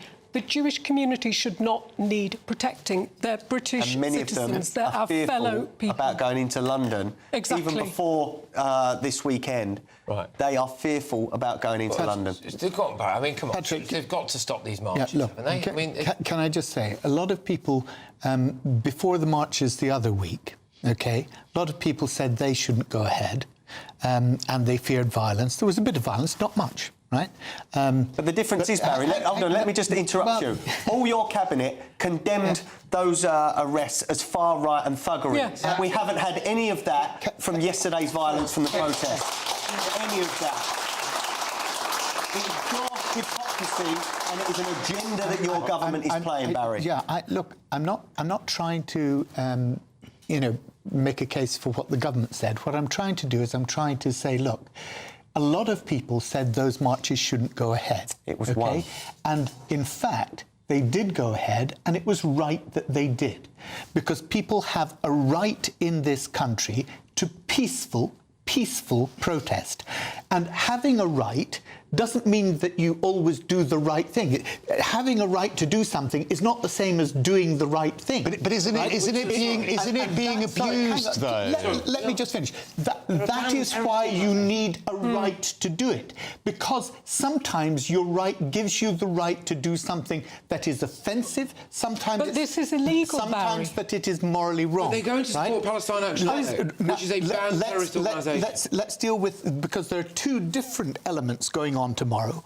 One is the group that we've seen many times, which are completely peaceful. They sit there with their sign which says, "I support Palestine Action." Which is illegal. Yes, absolutely, and I condemn that because it's an illegal banned organisation. Right? But they are a peaceful demonstration. There will also be demonstrators tomorrow, no doubt, who are marching and who are not peaceful. It's a question of moral decency. Sorry, Barry, how can you know? It is about moral decency. But Barry, and sometimes people use their rights in ways that morally they shouldn't, and that's why the Prime Minister and others have been saying, please, Barry, it's not peaceful. If you're holding, right, because I fundamentally don't disagree with you that if you are someone who is going on the march and saying, I hate what's happening in Gaza, and I don't like it, but also that the hostages should be freed, and you're doing that peacefully, you should have the right to do that. But what you're defending as peaceful is holding up a sign defending a prescribed terror group. That's not peaceful. Exactly, but it is only ever Gaza. What about everywhere else in the world? I think that's also a really fair point, but how can you hold up a sign supporting a terror group and you call that a peaceful protest? That's not. We also just stop pretending that we don't actually know exactly what's going on at these marches. Like, the day after Jews were slaughtered, you go out there, you're holding signs, punch your local Zionists in the face. The Daily Telegraph sent a reporter undercover there. They got a quote from someone, "I don't give an F about the Jewish community today." This is not a few fringe people. I'm sorry, it's not. There is a nest of it's a significant number of people that use this stuff. They do. And tomorrow we're going to see it. Yeah. And what message does this send to people if you've got a Home Secretary, a Prime Minister and a Chief of Police who's saying that we don't want this to happen, and then it goes ahead anyway? Should we all just do what we want then? And also, she said it was disgraceful, but also, does that mean she's disgraceful, Shabana Bamu, because she has been on these marches? She celebrated the fact they'd made Sainsbury's close for the afternoon and thought that was a great use of her time. Look, I'm not trying to defend Shabana Mahmood or anybody else. I'm trying to get us to think about how we stop vilifying people and putting them in different camps.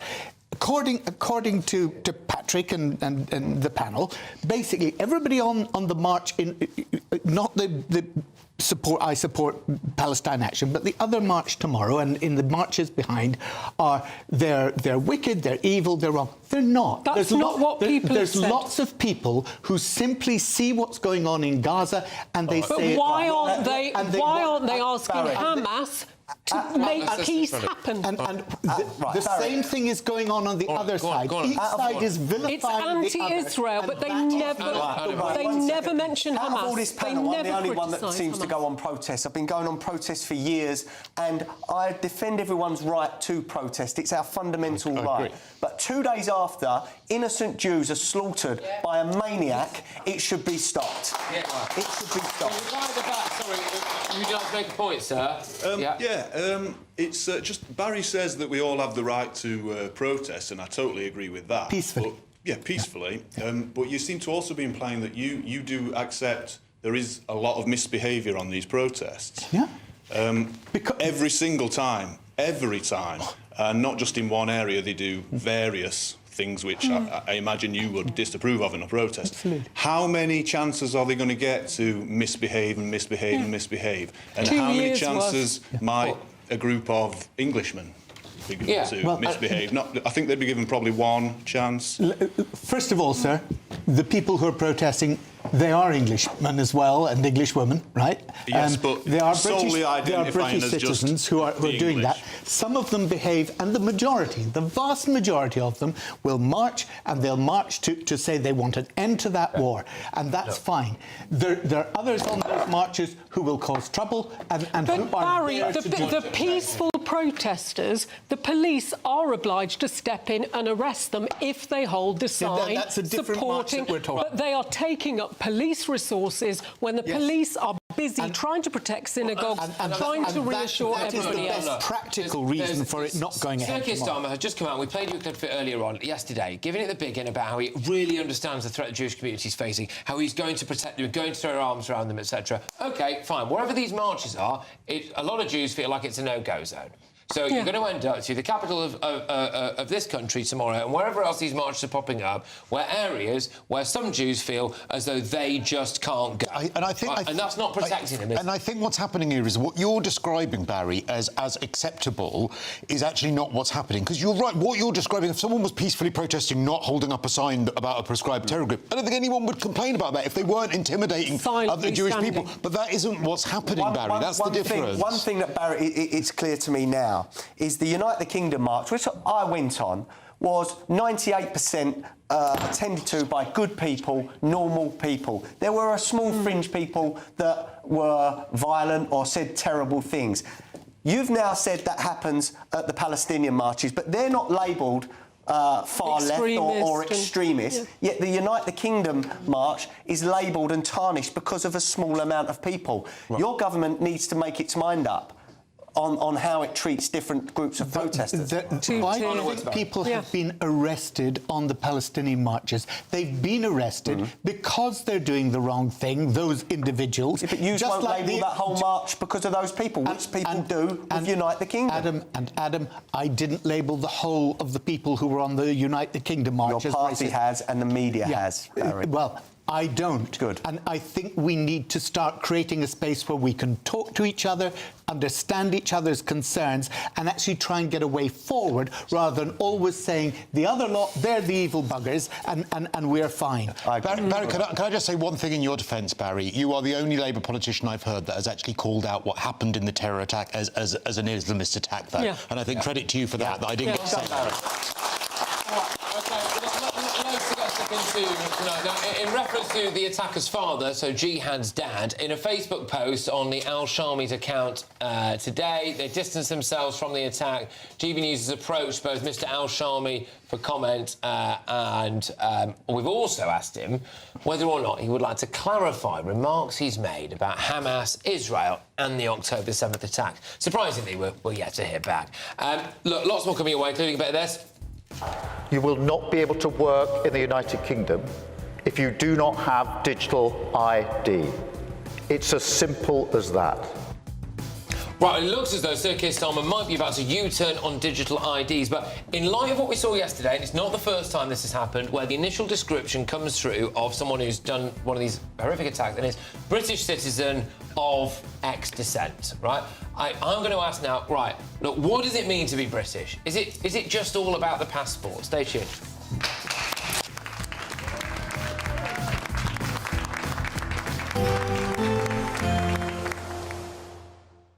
Dinner under the stars tonight? That reminds me of our travel insurance. You mean All Clear Skies? All Clear Travel Insurance sponsors GBNews Travel Destinations Forecast. Looking ahead to tomorrow across southern parts of Europe, and there is a lot of fine weather around, but not everywhere. The same band of rain that's been sweeping through today across the UK in association with Storm Amy is going to fringe into northwestern parts of Spain and Portugal, bringing some wet weather here. Elsewhere, generally dry for most, but some heavy, showery bursts of rain likely across more eastern parts, particularly affecting Greece at times. Otherwise, it's looking largely fine into next week. All Clear Travel Insurance sponsors GBNews Travel Destinations Forecast.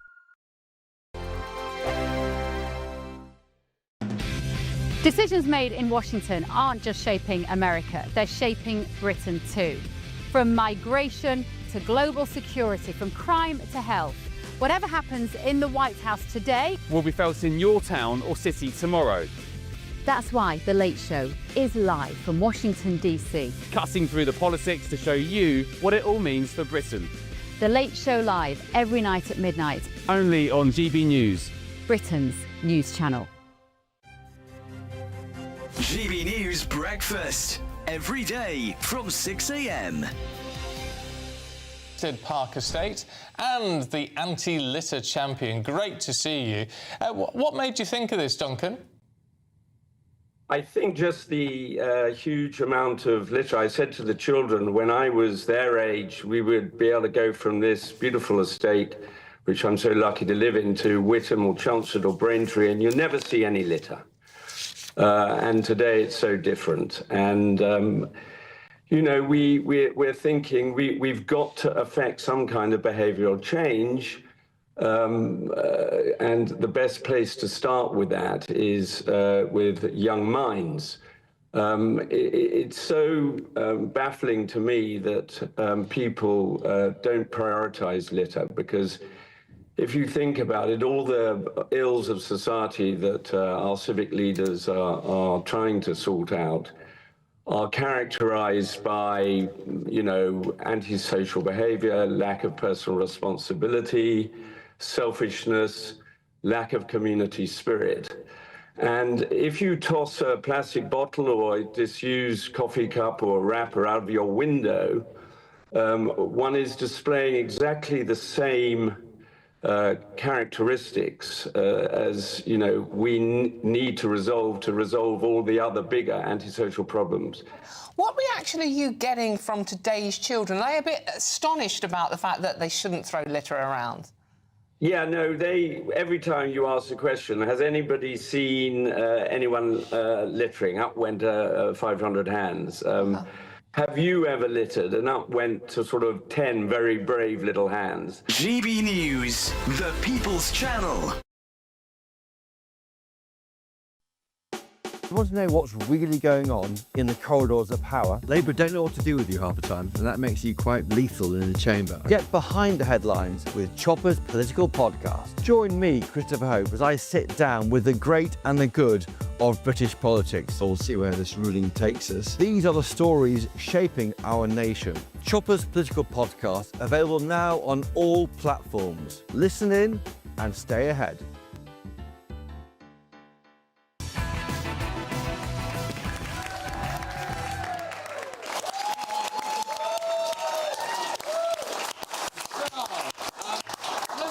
Deal with this, because this has been a topic that I wanted to talk about for quite a long time, actually, and it relates to just having a British passport. Is that all it takes to really make you British, is it? The Manchester attacker Jihad al-Shami was described yesterday initially as a British national of Syrian descent. And then it emerged that he was granted British citizenship in 2006 after arriving as a young child. Now, it's ignited a bit of a national conversation about what you would describe as British. So what about Mukhtar Saeed Ibrahim, an Eritrean-born British man serving life for his involvement in a suicide bomb plot weeks after the 7/7 bombings? Yeah, is that actually a British man? No. Yeah, and now about Khurram Shahzad Butt, described as a, quote, Pakistani-born British citizen. So again, when that happened, it was, you know, Brits. He was one of the London Bridge terror attackers, by the way. It was, it's a homegrown terror attack, is it? Well, hang on a minute.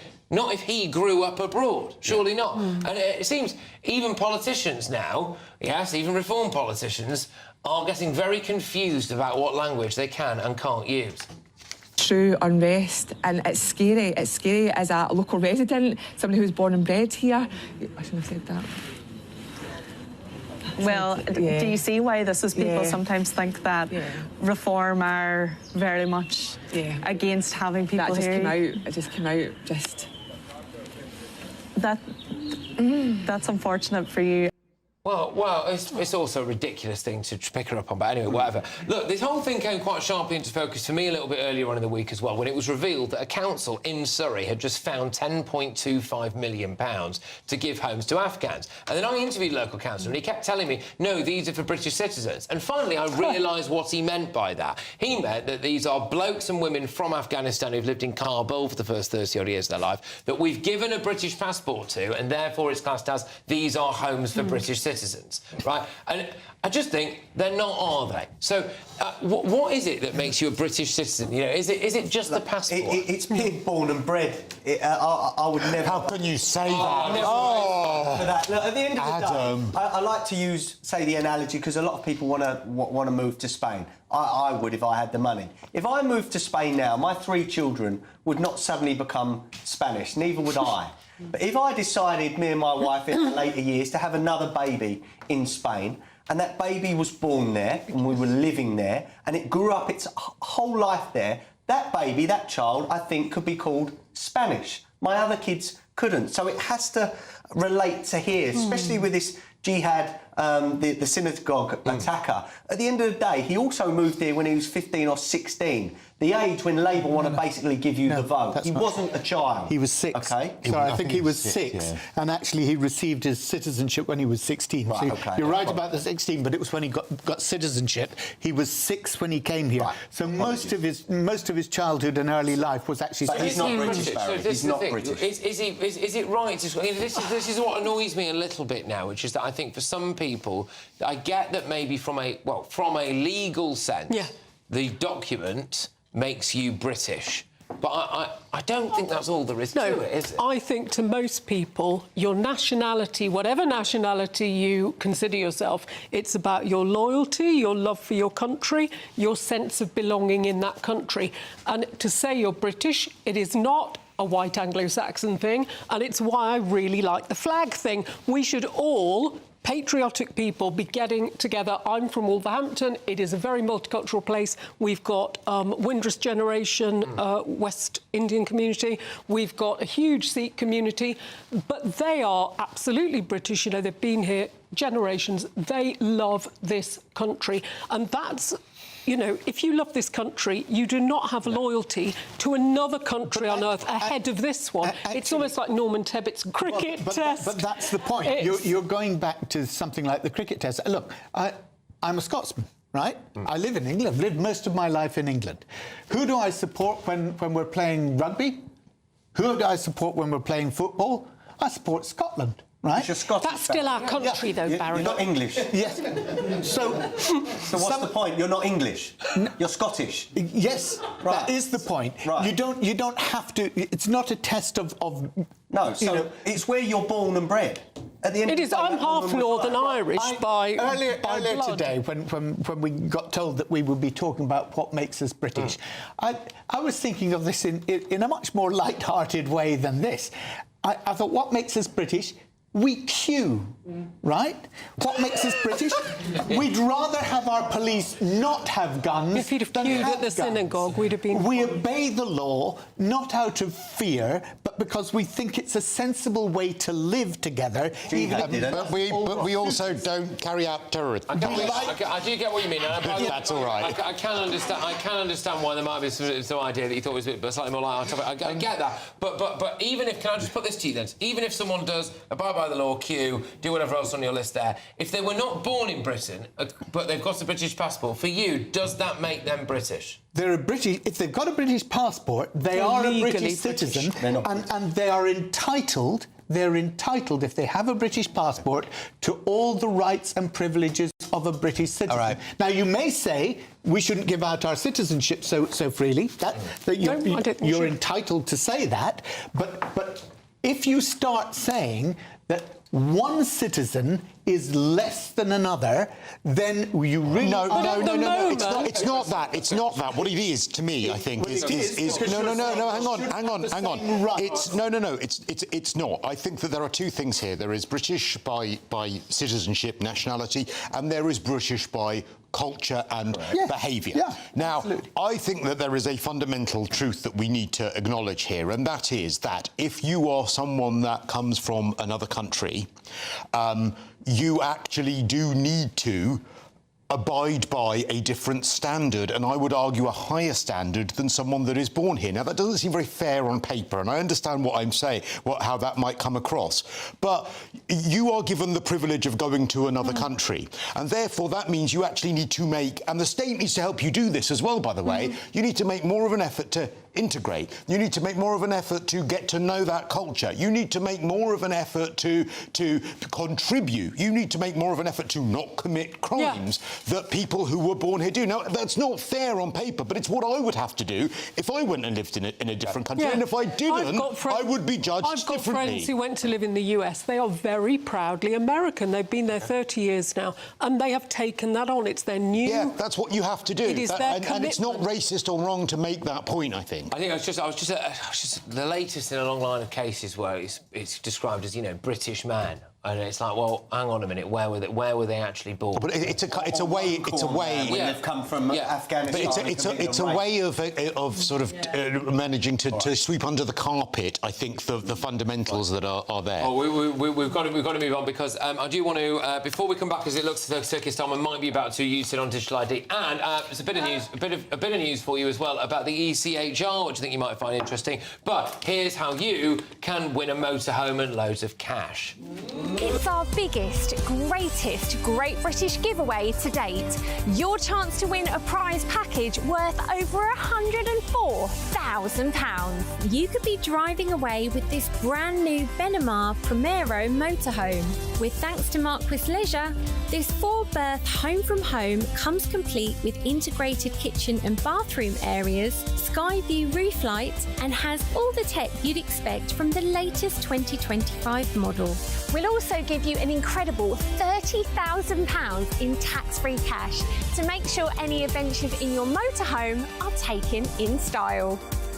For another chance to win, text WIN to 63225. One entry costs £2.50 plus one standard network rate message. Or text BONUS to 63225. 5 entries cost £5 plus one standard network rate message. Go to gbnews.com/win. Entries start at £2.50. Call 0903 686 3232. Calls cost £2.50 plus your network access charge. Or post your name and number to GB16 PO Box 8690 Derby DE1 9TT. UK only. Entrance must be 18 or over. Lines close at 4 p.m. on the 31st of October. The winner will be contacted live on GB News, week commencing 10th November. Please check the closing time if listening or watching on demand. Good luck.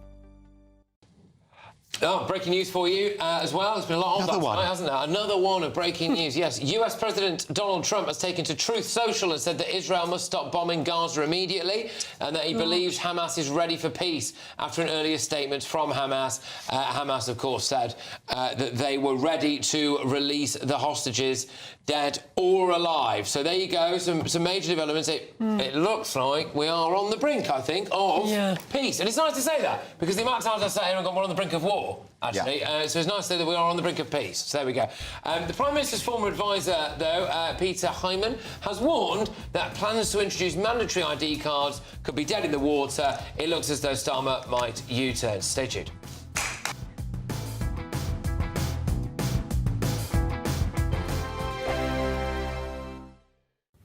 Hello again and welcome to the latest update from the Met Office for GB News. Storm Amy is crossing the UK as we speak, passing northern Scotland and bringing its strongest and most damaging wind gusts to much of Northern Ireland, northern and western Scotland through the night time and into much of Saturday. You can see how tightly packed the isobars are as Storm Amy makes its way across the north of Scotland. Spells of rain pushing through the whole of the UK. For many parts, 50 to 60 miles an hour wind gusts are expected overnight, along with a spell of heavy rain. But it's across Scotland, Northern Ireland, Northern England, North and West Wales, where gusts could exceed 70 miles an hour in exposed spots. And especially for the west and north of Scotland overnight, we're looking at wind gusts of 100 miles an hour for the Western Isles and 85 miles an hour for the northeast of Scotland during Saturday as Amy pulls away. That accompanied by heavy rainfall continuing to stream into much of Scotland, with large accumulations expected across the Northwest Highlands in particular. Northern Ireland seeing a wet and windy start, Northern England as well. And for much of the south, we're going to see showers interspersed by brighter spells, but very blustery out there, 50 to 60 mile per hour wind gusts. So it's a windy day on Saturday for the whole of the UK, but by this stage, The strongest winds and the biggest impacts are expected across the Northern Isles into parts of Caithness, parts of Aberdeenshire as well. That's where wind gusts could reach 70 to 85 miles an hour. The strong wind from the northwest will feel cold out there, temperatures dipping compared with the last few days, and there'll be frequent showers feeding in. Similar on Sunday, but we're starting to see it calm down at this stage. Amy pulls away, still a strong breeze from the northwest, still feeling on the cold side, still some showery rain around, but nowhere near as unsettled as the next 24 hours. And then into next week, we've got a westerly breeze, but it's not looking quite as stormy. Miriam, you can't be serious. Scrapping the triple lock on state pensions? Madness. Andrew, we just can't carry on pretending. The numbers just don't add up. We've got to be honest with people. We've got to face the facts. That's what people want. Well, that's what you get on GB News and on Britain's Newsroom. Lively debates, lively conversation. Britain deserves a newsroom that puts the facts and your voice first, and we're not afraid to hold power to account. And each other. So join me, Andrew Pearce. And me, Miriam Gates, for Britain's Newsroom, weekdays from 9:30 on GB News. The People's Channel, Britain's News Channel. Britain was once the envy of the world. But look around. A nation that no longer knows what it is or where it's going. A country that's broken. How do we fix Britain? How do we bring it back? Friday night with Matt Goodwin at 8 p.m. only on GB News.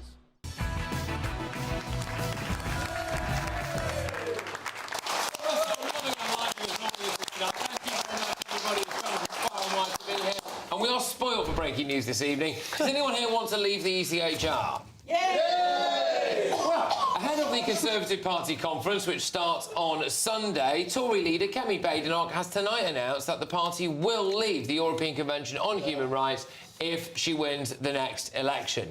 So, well, we'll see anyway. But you know, you've got to have ambition, haven't you? So, the party won't let her. The party won't let her. That's full of Lib Dems. The Conservative Party will not allow them to leave the ECHR. Fact. It will be interesting to see how the party, because my little corner of the Conservative Party has been saying that for a long time. That's a little corner. It is whether the party at large will back that policy. Right. I await it with interest. OK, all right.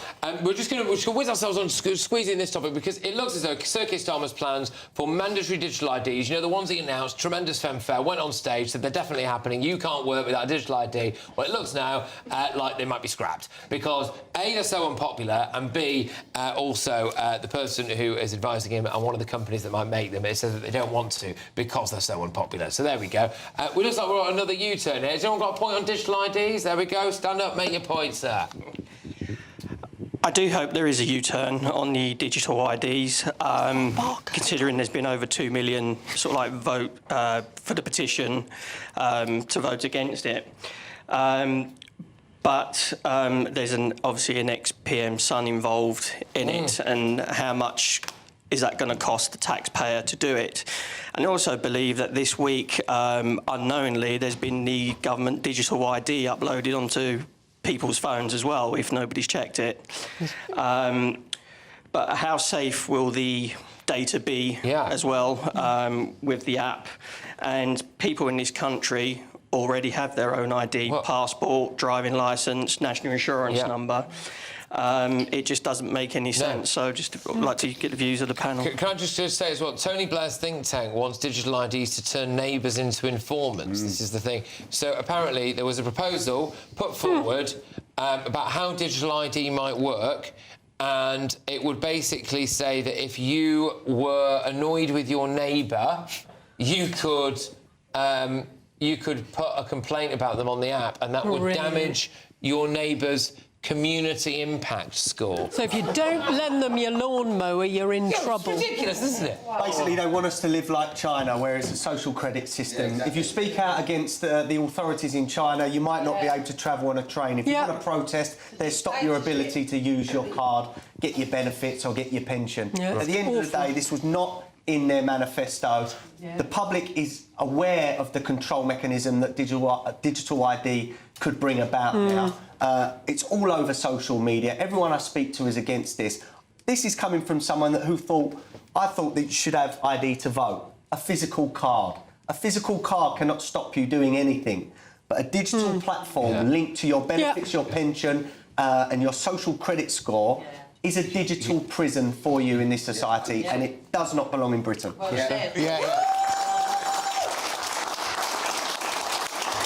I agree. I don't want it. It's another layer of admin as well, and I've no doubt as well that they'll screw it up completely. They'll spend billions. It'll be a complete and utter mess. And I also believe that the best and most fundamental reason to oppose it is that Tony Blair is in favour. Anything that Tony Blair is in favour of, I am against. Are we getting a U-turn, Barry?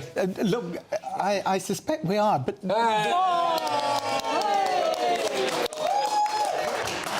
The reason is this. I haven't heard a good argument for it yet.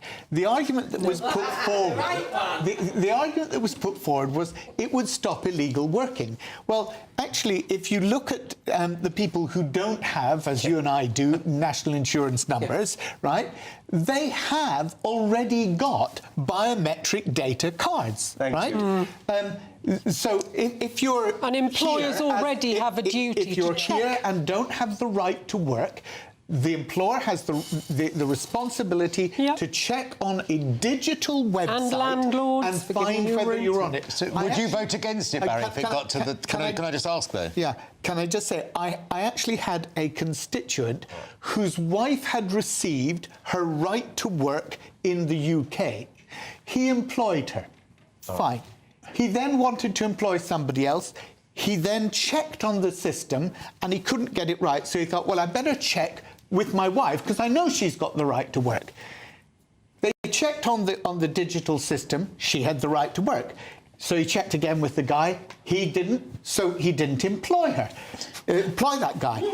Now then what happens? He was prosecuted for employing his wife, because he hadn't checked his wife on the digital ID system, even though they'd got the document in the house which said that she had the right to work. But was this whole announcement... Sorry, we've got to go. We've got to go. That's great. We're at the end of the show now. Sorry, because I want to get to Greatest Britain Union Jackass, which a lot of people's favourite part of the show. So, stay tuned. We're going to do that.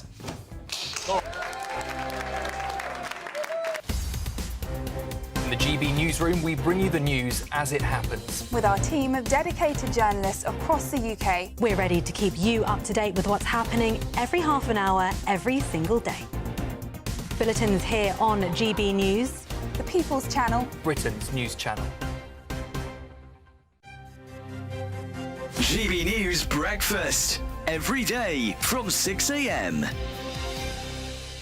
I was very lucky enough to be at the station today to welcome it in, be part of the group welcoming it into the station I think, gosh, it's about 1:15 this morning. So I'm back down in London again now. It's been a busy old day.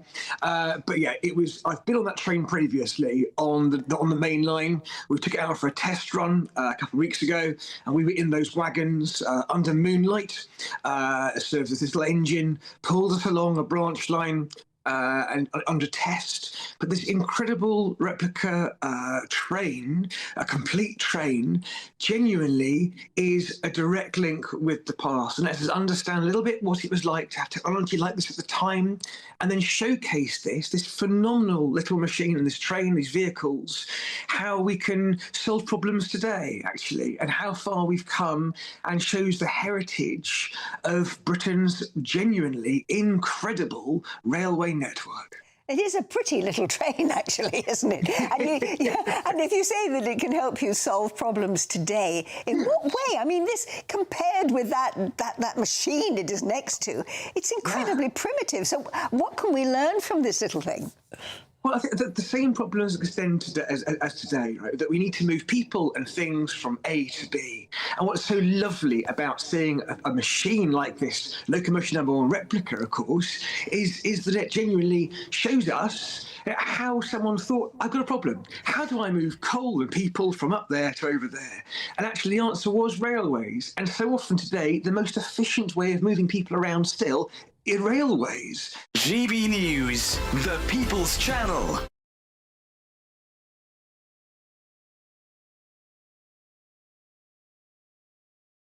Westminster, the ultimate clique. And you're fighting like rats in a sack. But here on the Camilla Tominey Show, we ask the questions the establishment media is too scared to ask. OK, let me ask you a straight question, because I know you're a straight-talking politician. Whether it's net zero, illegal immigration or law and order, nothing is off limits. You had the power then. Yeah, as I and say, now you've lost it. That's the Camilla Tominey Show, a politics show that's fearless. But no, let me finish my question if you don't mind, because it is my show. Sundays at 9:30, only on GB News, the People's Channel, Britain's news channel.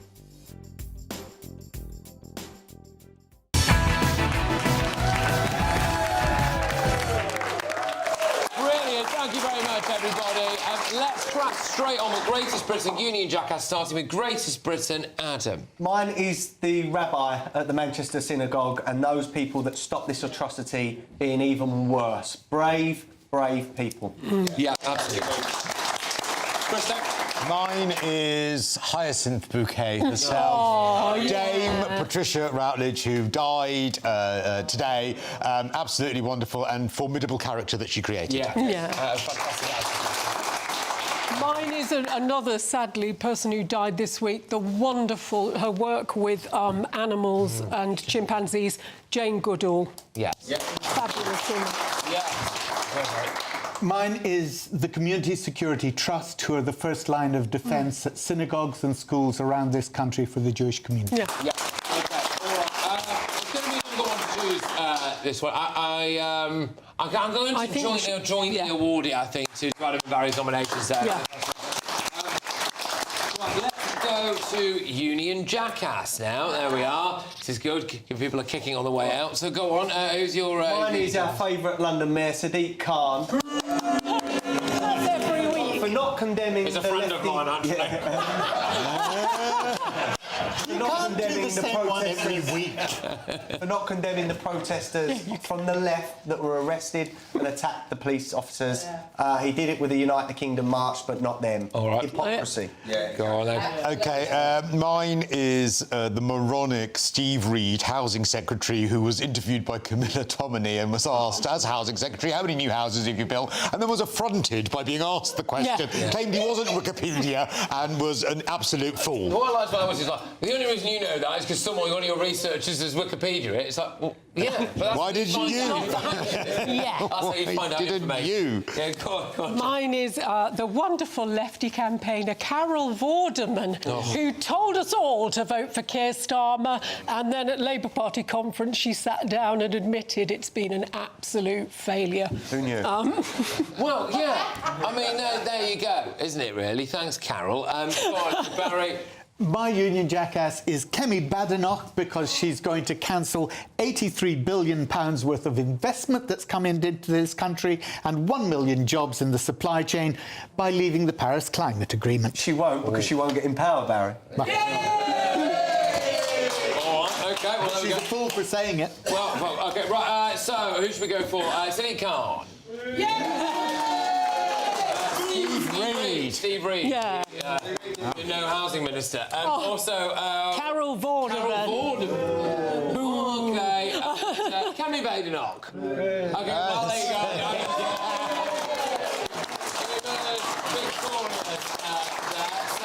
Well, look, I just want to say a massive thank you to my panel. I want to say a massive thank you to the audience as well. Look, you are kind of, at the mercy of the news agenda when you do these shows, so I get that it was, there's some quite heavy subject matter this evening, so thank you very much for bearing with us. We've got another hour coming your way here anyway, because we're going to be reviewing all of tomorrow's newspaper front pages. I've got a feeling there'll probably be a little bit more information in there about the man that did the attack at the synagogue in Manchester. I'll bring that to you before anyone else. Thank you.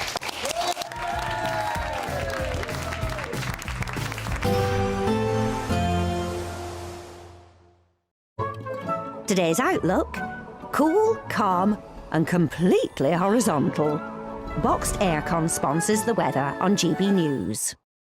Hello again and welcome to the latest update from the Met Office for GB News. Storm Amy is crossing the UK as we speak, passing northern Scotland and bringing its strongest and most damaging wind gusts to much of Northern Ireland, northern and western Scotland through the night time and into much of Saturday. You can see how tightly packed the isobars are as Storm Amy makes its way across the north of Scotland. Spells of rain pushing through the whole of the UK. For many parts, 50 to 60 miles an hour wind gusts are expected overnight, along with a spell of heavy rain. But it's across Scotland, Northern Ireland, Northern England, North and West Wales, where gusts could exceed 70 miles an hour in exposed spots, and especially for the west and north of Scotland overnight. We're looking at wind gusts of 100 miles an hour for the Western Isles and 85 miles an hour for the northeast of Scotland during Saturday as Amy pulls away. That accompanied by heavy rainfall continuing to stream into much of Scotland, with large accumulations expected across the Northwest Highlands in particular. Northern Ireland seeing a wet and windy start, Northern England as well. And for much of the south, we're going to see showers interspersed by brighter spells, but very blustery out there, 50 to 60 mile per hour wind gusts. So it's a windy day on Saturday for the whole of the UK, but by this stage, the strongest winds and the biggest impacts are expected across the Northern Isles into parts of Caithness, parts of Aberdeenshire as well. That's where wind gusts could reach 70 to 85 miles an hour. The strong wind from the northwest will feel cold out there, temperatures dipping compared with the last few days, and there'll be frequent showers feeding in. Similar on Sunday, but we're starting to see it calm down at this stage. Amy pulls away, still a strong breeze from the northwest, still feeling on the cold side, still some showery rain around, but nowhere near as unsettled as the next 24 hours. And then into next week, we've got a westerly breeze, but it's not looking quite as stormy. Today's outlook: cool, calm and completely horizontal. Boxed Aircon sponsors the weather on GB News. You could bank an incredible £30,000 in tax-free cash to spend however you like. And if that wasn't enough, you'll also get to drive away in this brand new motorhome. This brand new 2025 Benamar Primero could be yours. It comes with all the mod cons you'd expect from a vehicle worth over £74,000 and comfortably sleeps 4 people. This prize package is worth over £104,000. For another chance to win, text WIN to 63225. One entry costs £2.50 plus one standard network rate message, or text bonus to 63225. 5 entries cost £5 plus one standard network rate message. Go to gbnews.com/win. Entries start at £2.50. Call 0903 686 3232. Calls cost £2.50 plus your network access charge. Or post your name and number to GB16 PO Box 8690 Derby DE1 9TT. UK only. Entrance must be 18 or over. Lines close at 4 p.m. on the 31st of October. Please check the closing time if listening or watching on demand. Decisions made in Washington aren't just shaping America, they're shaping Britain too. From migration to global security, from crime to health. Whatever happens in the White House today will be felt in your town or city tomorrow. That's why The Late Show is live from Washington, D.C. Cutting through the politics to show you what it all means for Britain. The Late Show live every night at midnight. Only on GB News, Britain's news channel. In the GB newsroom, we bring you the news as it happens. With our team of dedicated journalists across the UK, we're ready to keep you up to date with what's happening every half an hour, every single day. Bulletins here on GB News, the People's Channel, Britain's news channel. Hi, I'm Michelle Dewberry, and my show is your opportunity to cut through all the noise and dive in headfirst to some robust debates. Ideas clash. Situation, isn't it? No, because the failure is you're deliberately avoiding my point. Nothing's held back. And if you think this is the end of it, wait for more. And we do not shy away from the difficult stuff. Sometimes I want to shake people and say, if only you understood. So join me on Jubes & Co weeknights at 6 p.m, only on GB News, Britain's news channel. 5 hosts, 5 opinions, 5 fearless debates, 5 unfiltered takes on the day's news. 5 reasons not to be anywhere else on Saturday night. This is the Saturday 5. You got me good there. Britain's biggest Saturday night TV show. It's not a bad brand. Yeah. Uncensored. Very, very racy tonight. On the unpredictable. What did she say? Can you translate it for us? And always entertaining. And how can a country go from being led by William Wallace Saturday nights from 6 p.m. only on GB News, the People's Channel. Britain's news channel. You're going to want to stay tuned, trust me.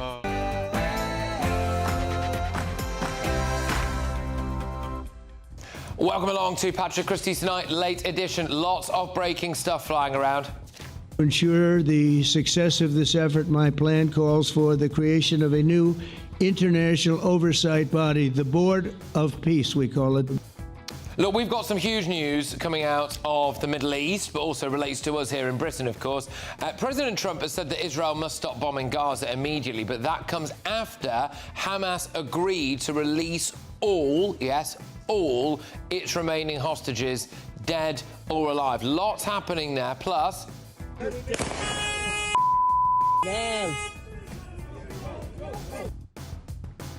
The Syrian terrorist that killed 2 people at the Manchester synagogue was freed on bail over an alleged rape. There's also noises as well that he might have had a criminal record prior to that. You know, let's just have a think about this as well. Released on bail for an alleged rape. Some of the other people who were denied bail for things like tweets, and then this kind of stuff has happened. Also, in introducing our Deputy Prime Minister, David Lammy, and before I do, please.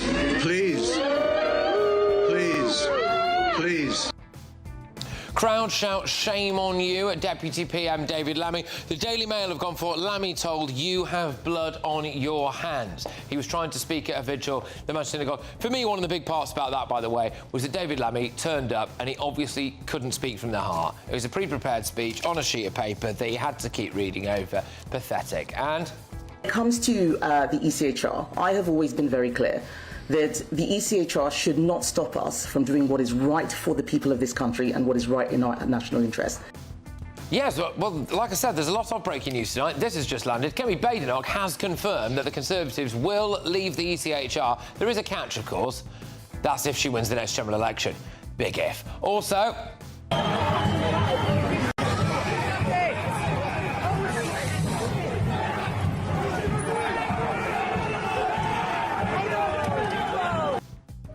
So, on the front of the Times on Saturday morning, you will see PM's warning on protests.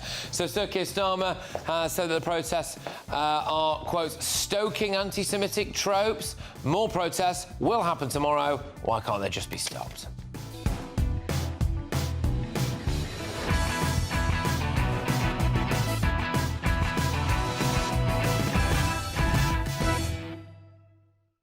Joining me this evening, we've got broadcasting royalty Christo Foufas, the former Conservative MP Jane Stevenson, and Labour MP Barry Gardner. Oh, and what is our future king doing here?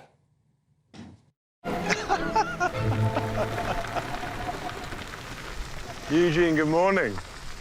Your Royal Highness. Well, there we go. First, though, let's get those headlines with Sophia.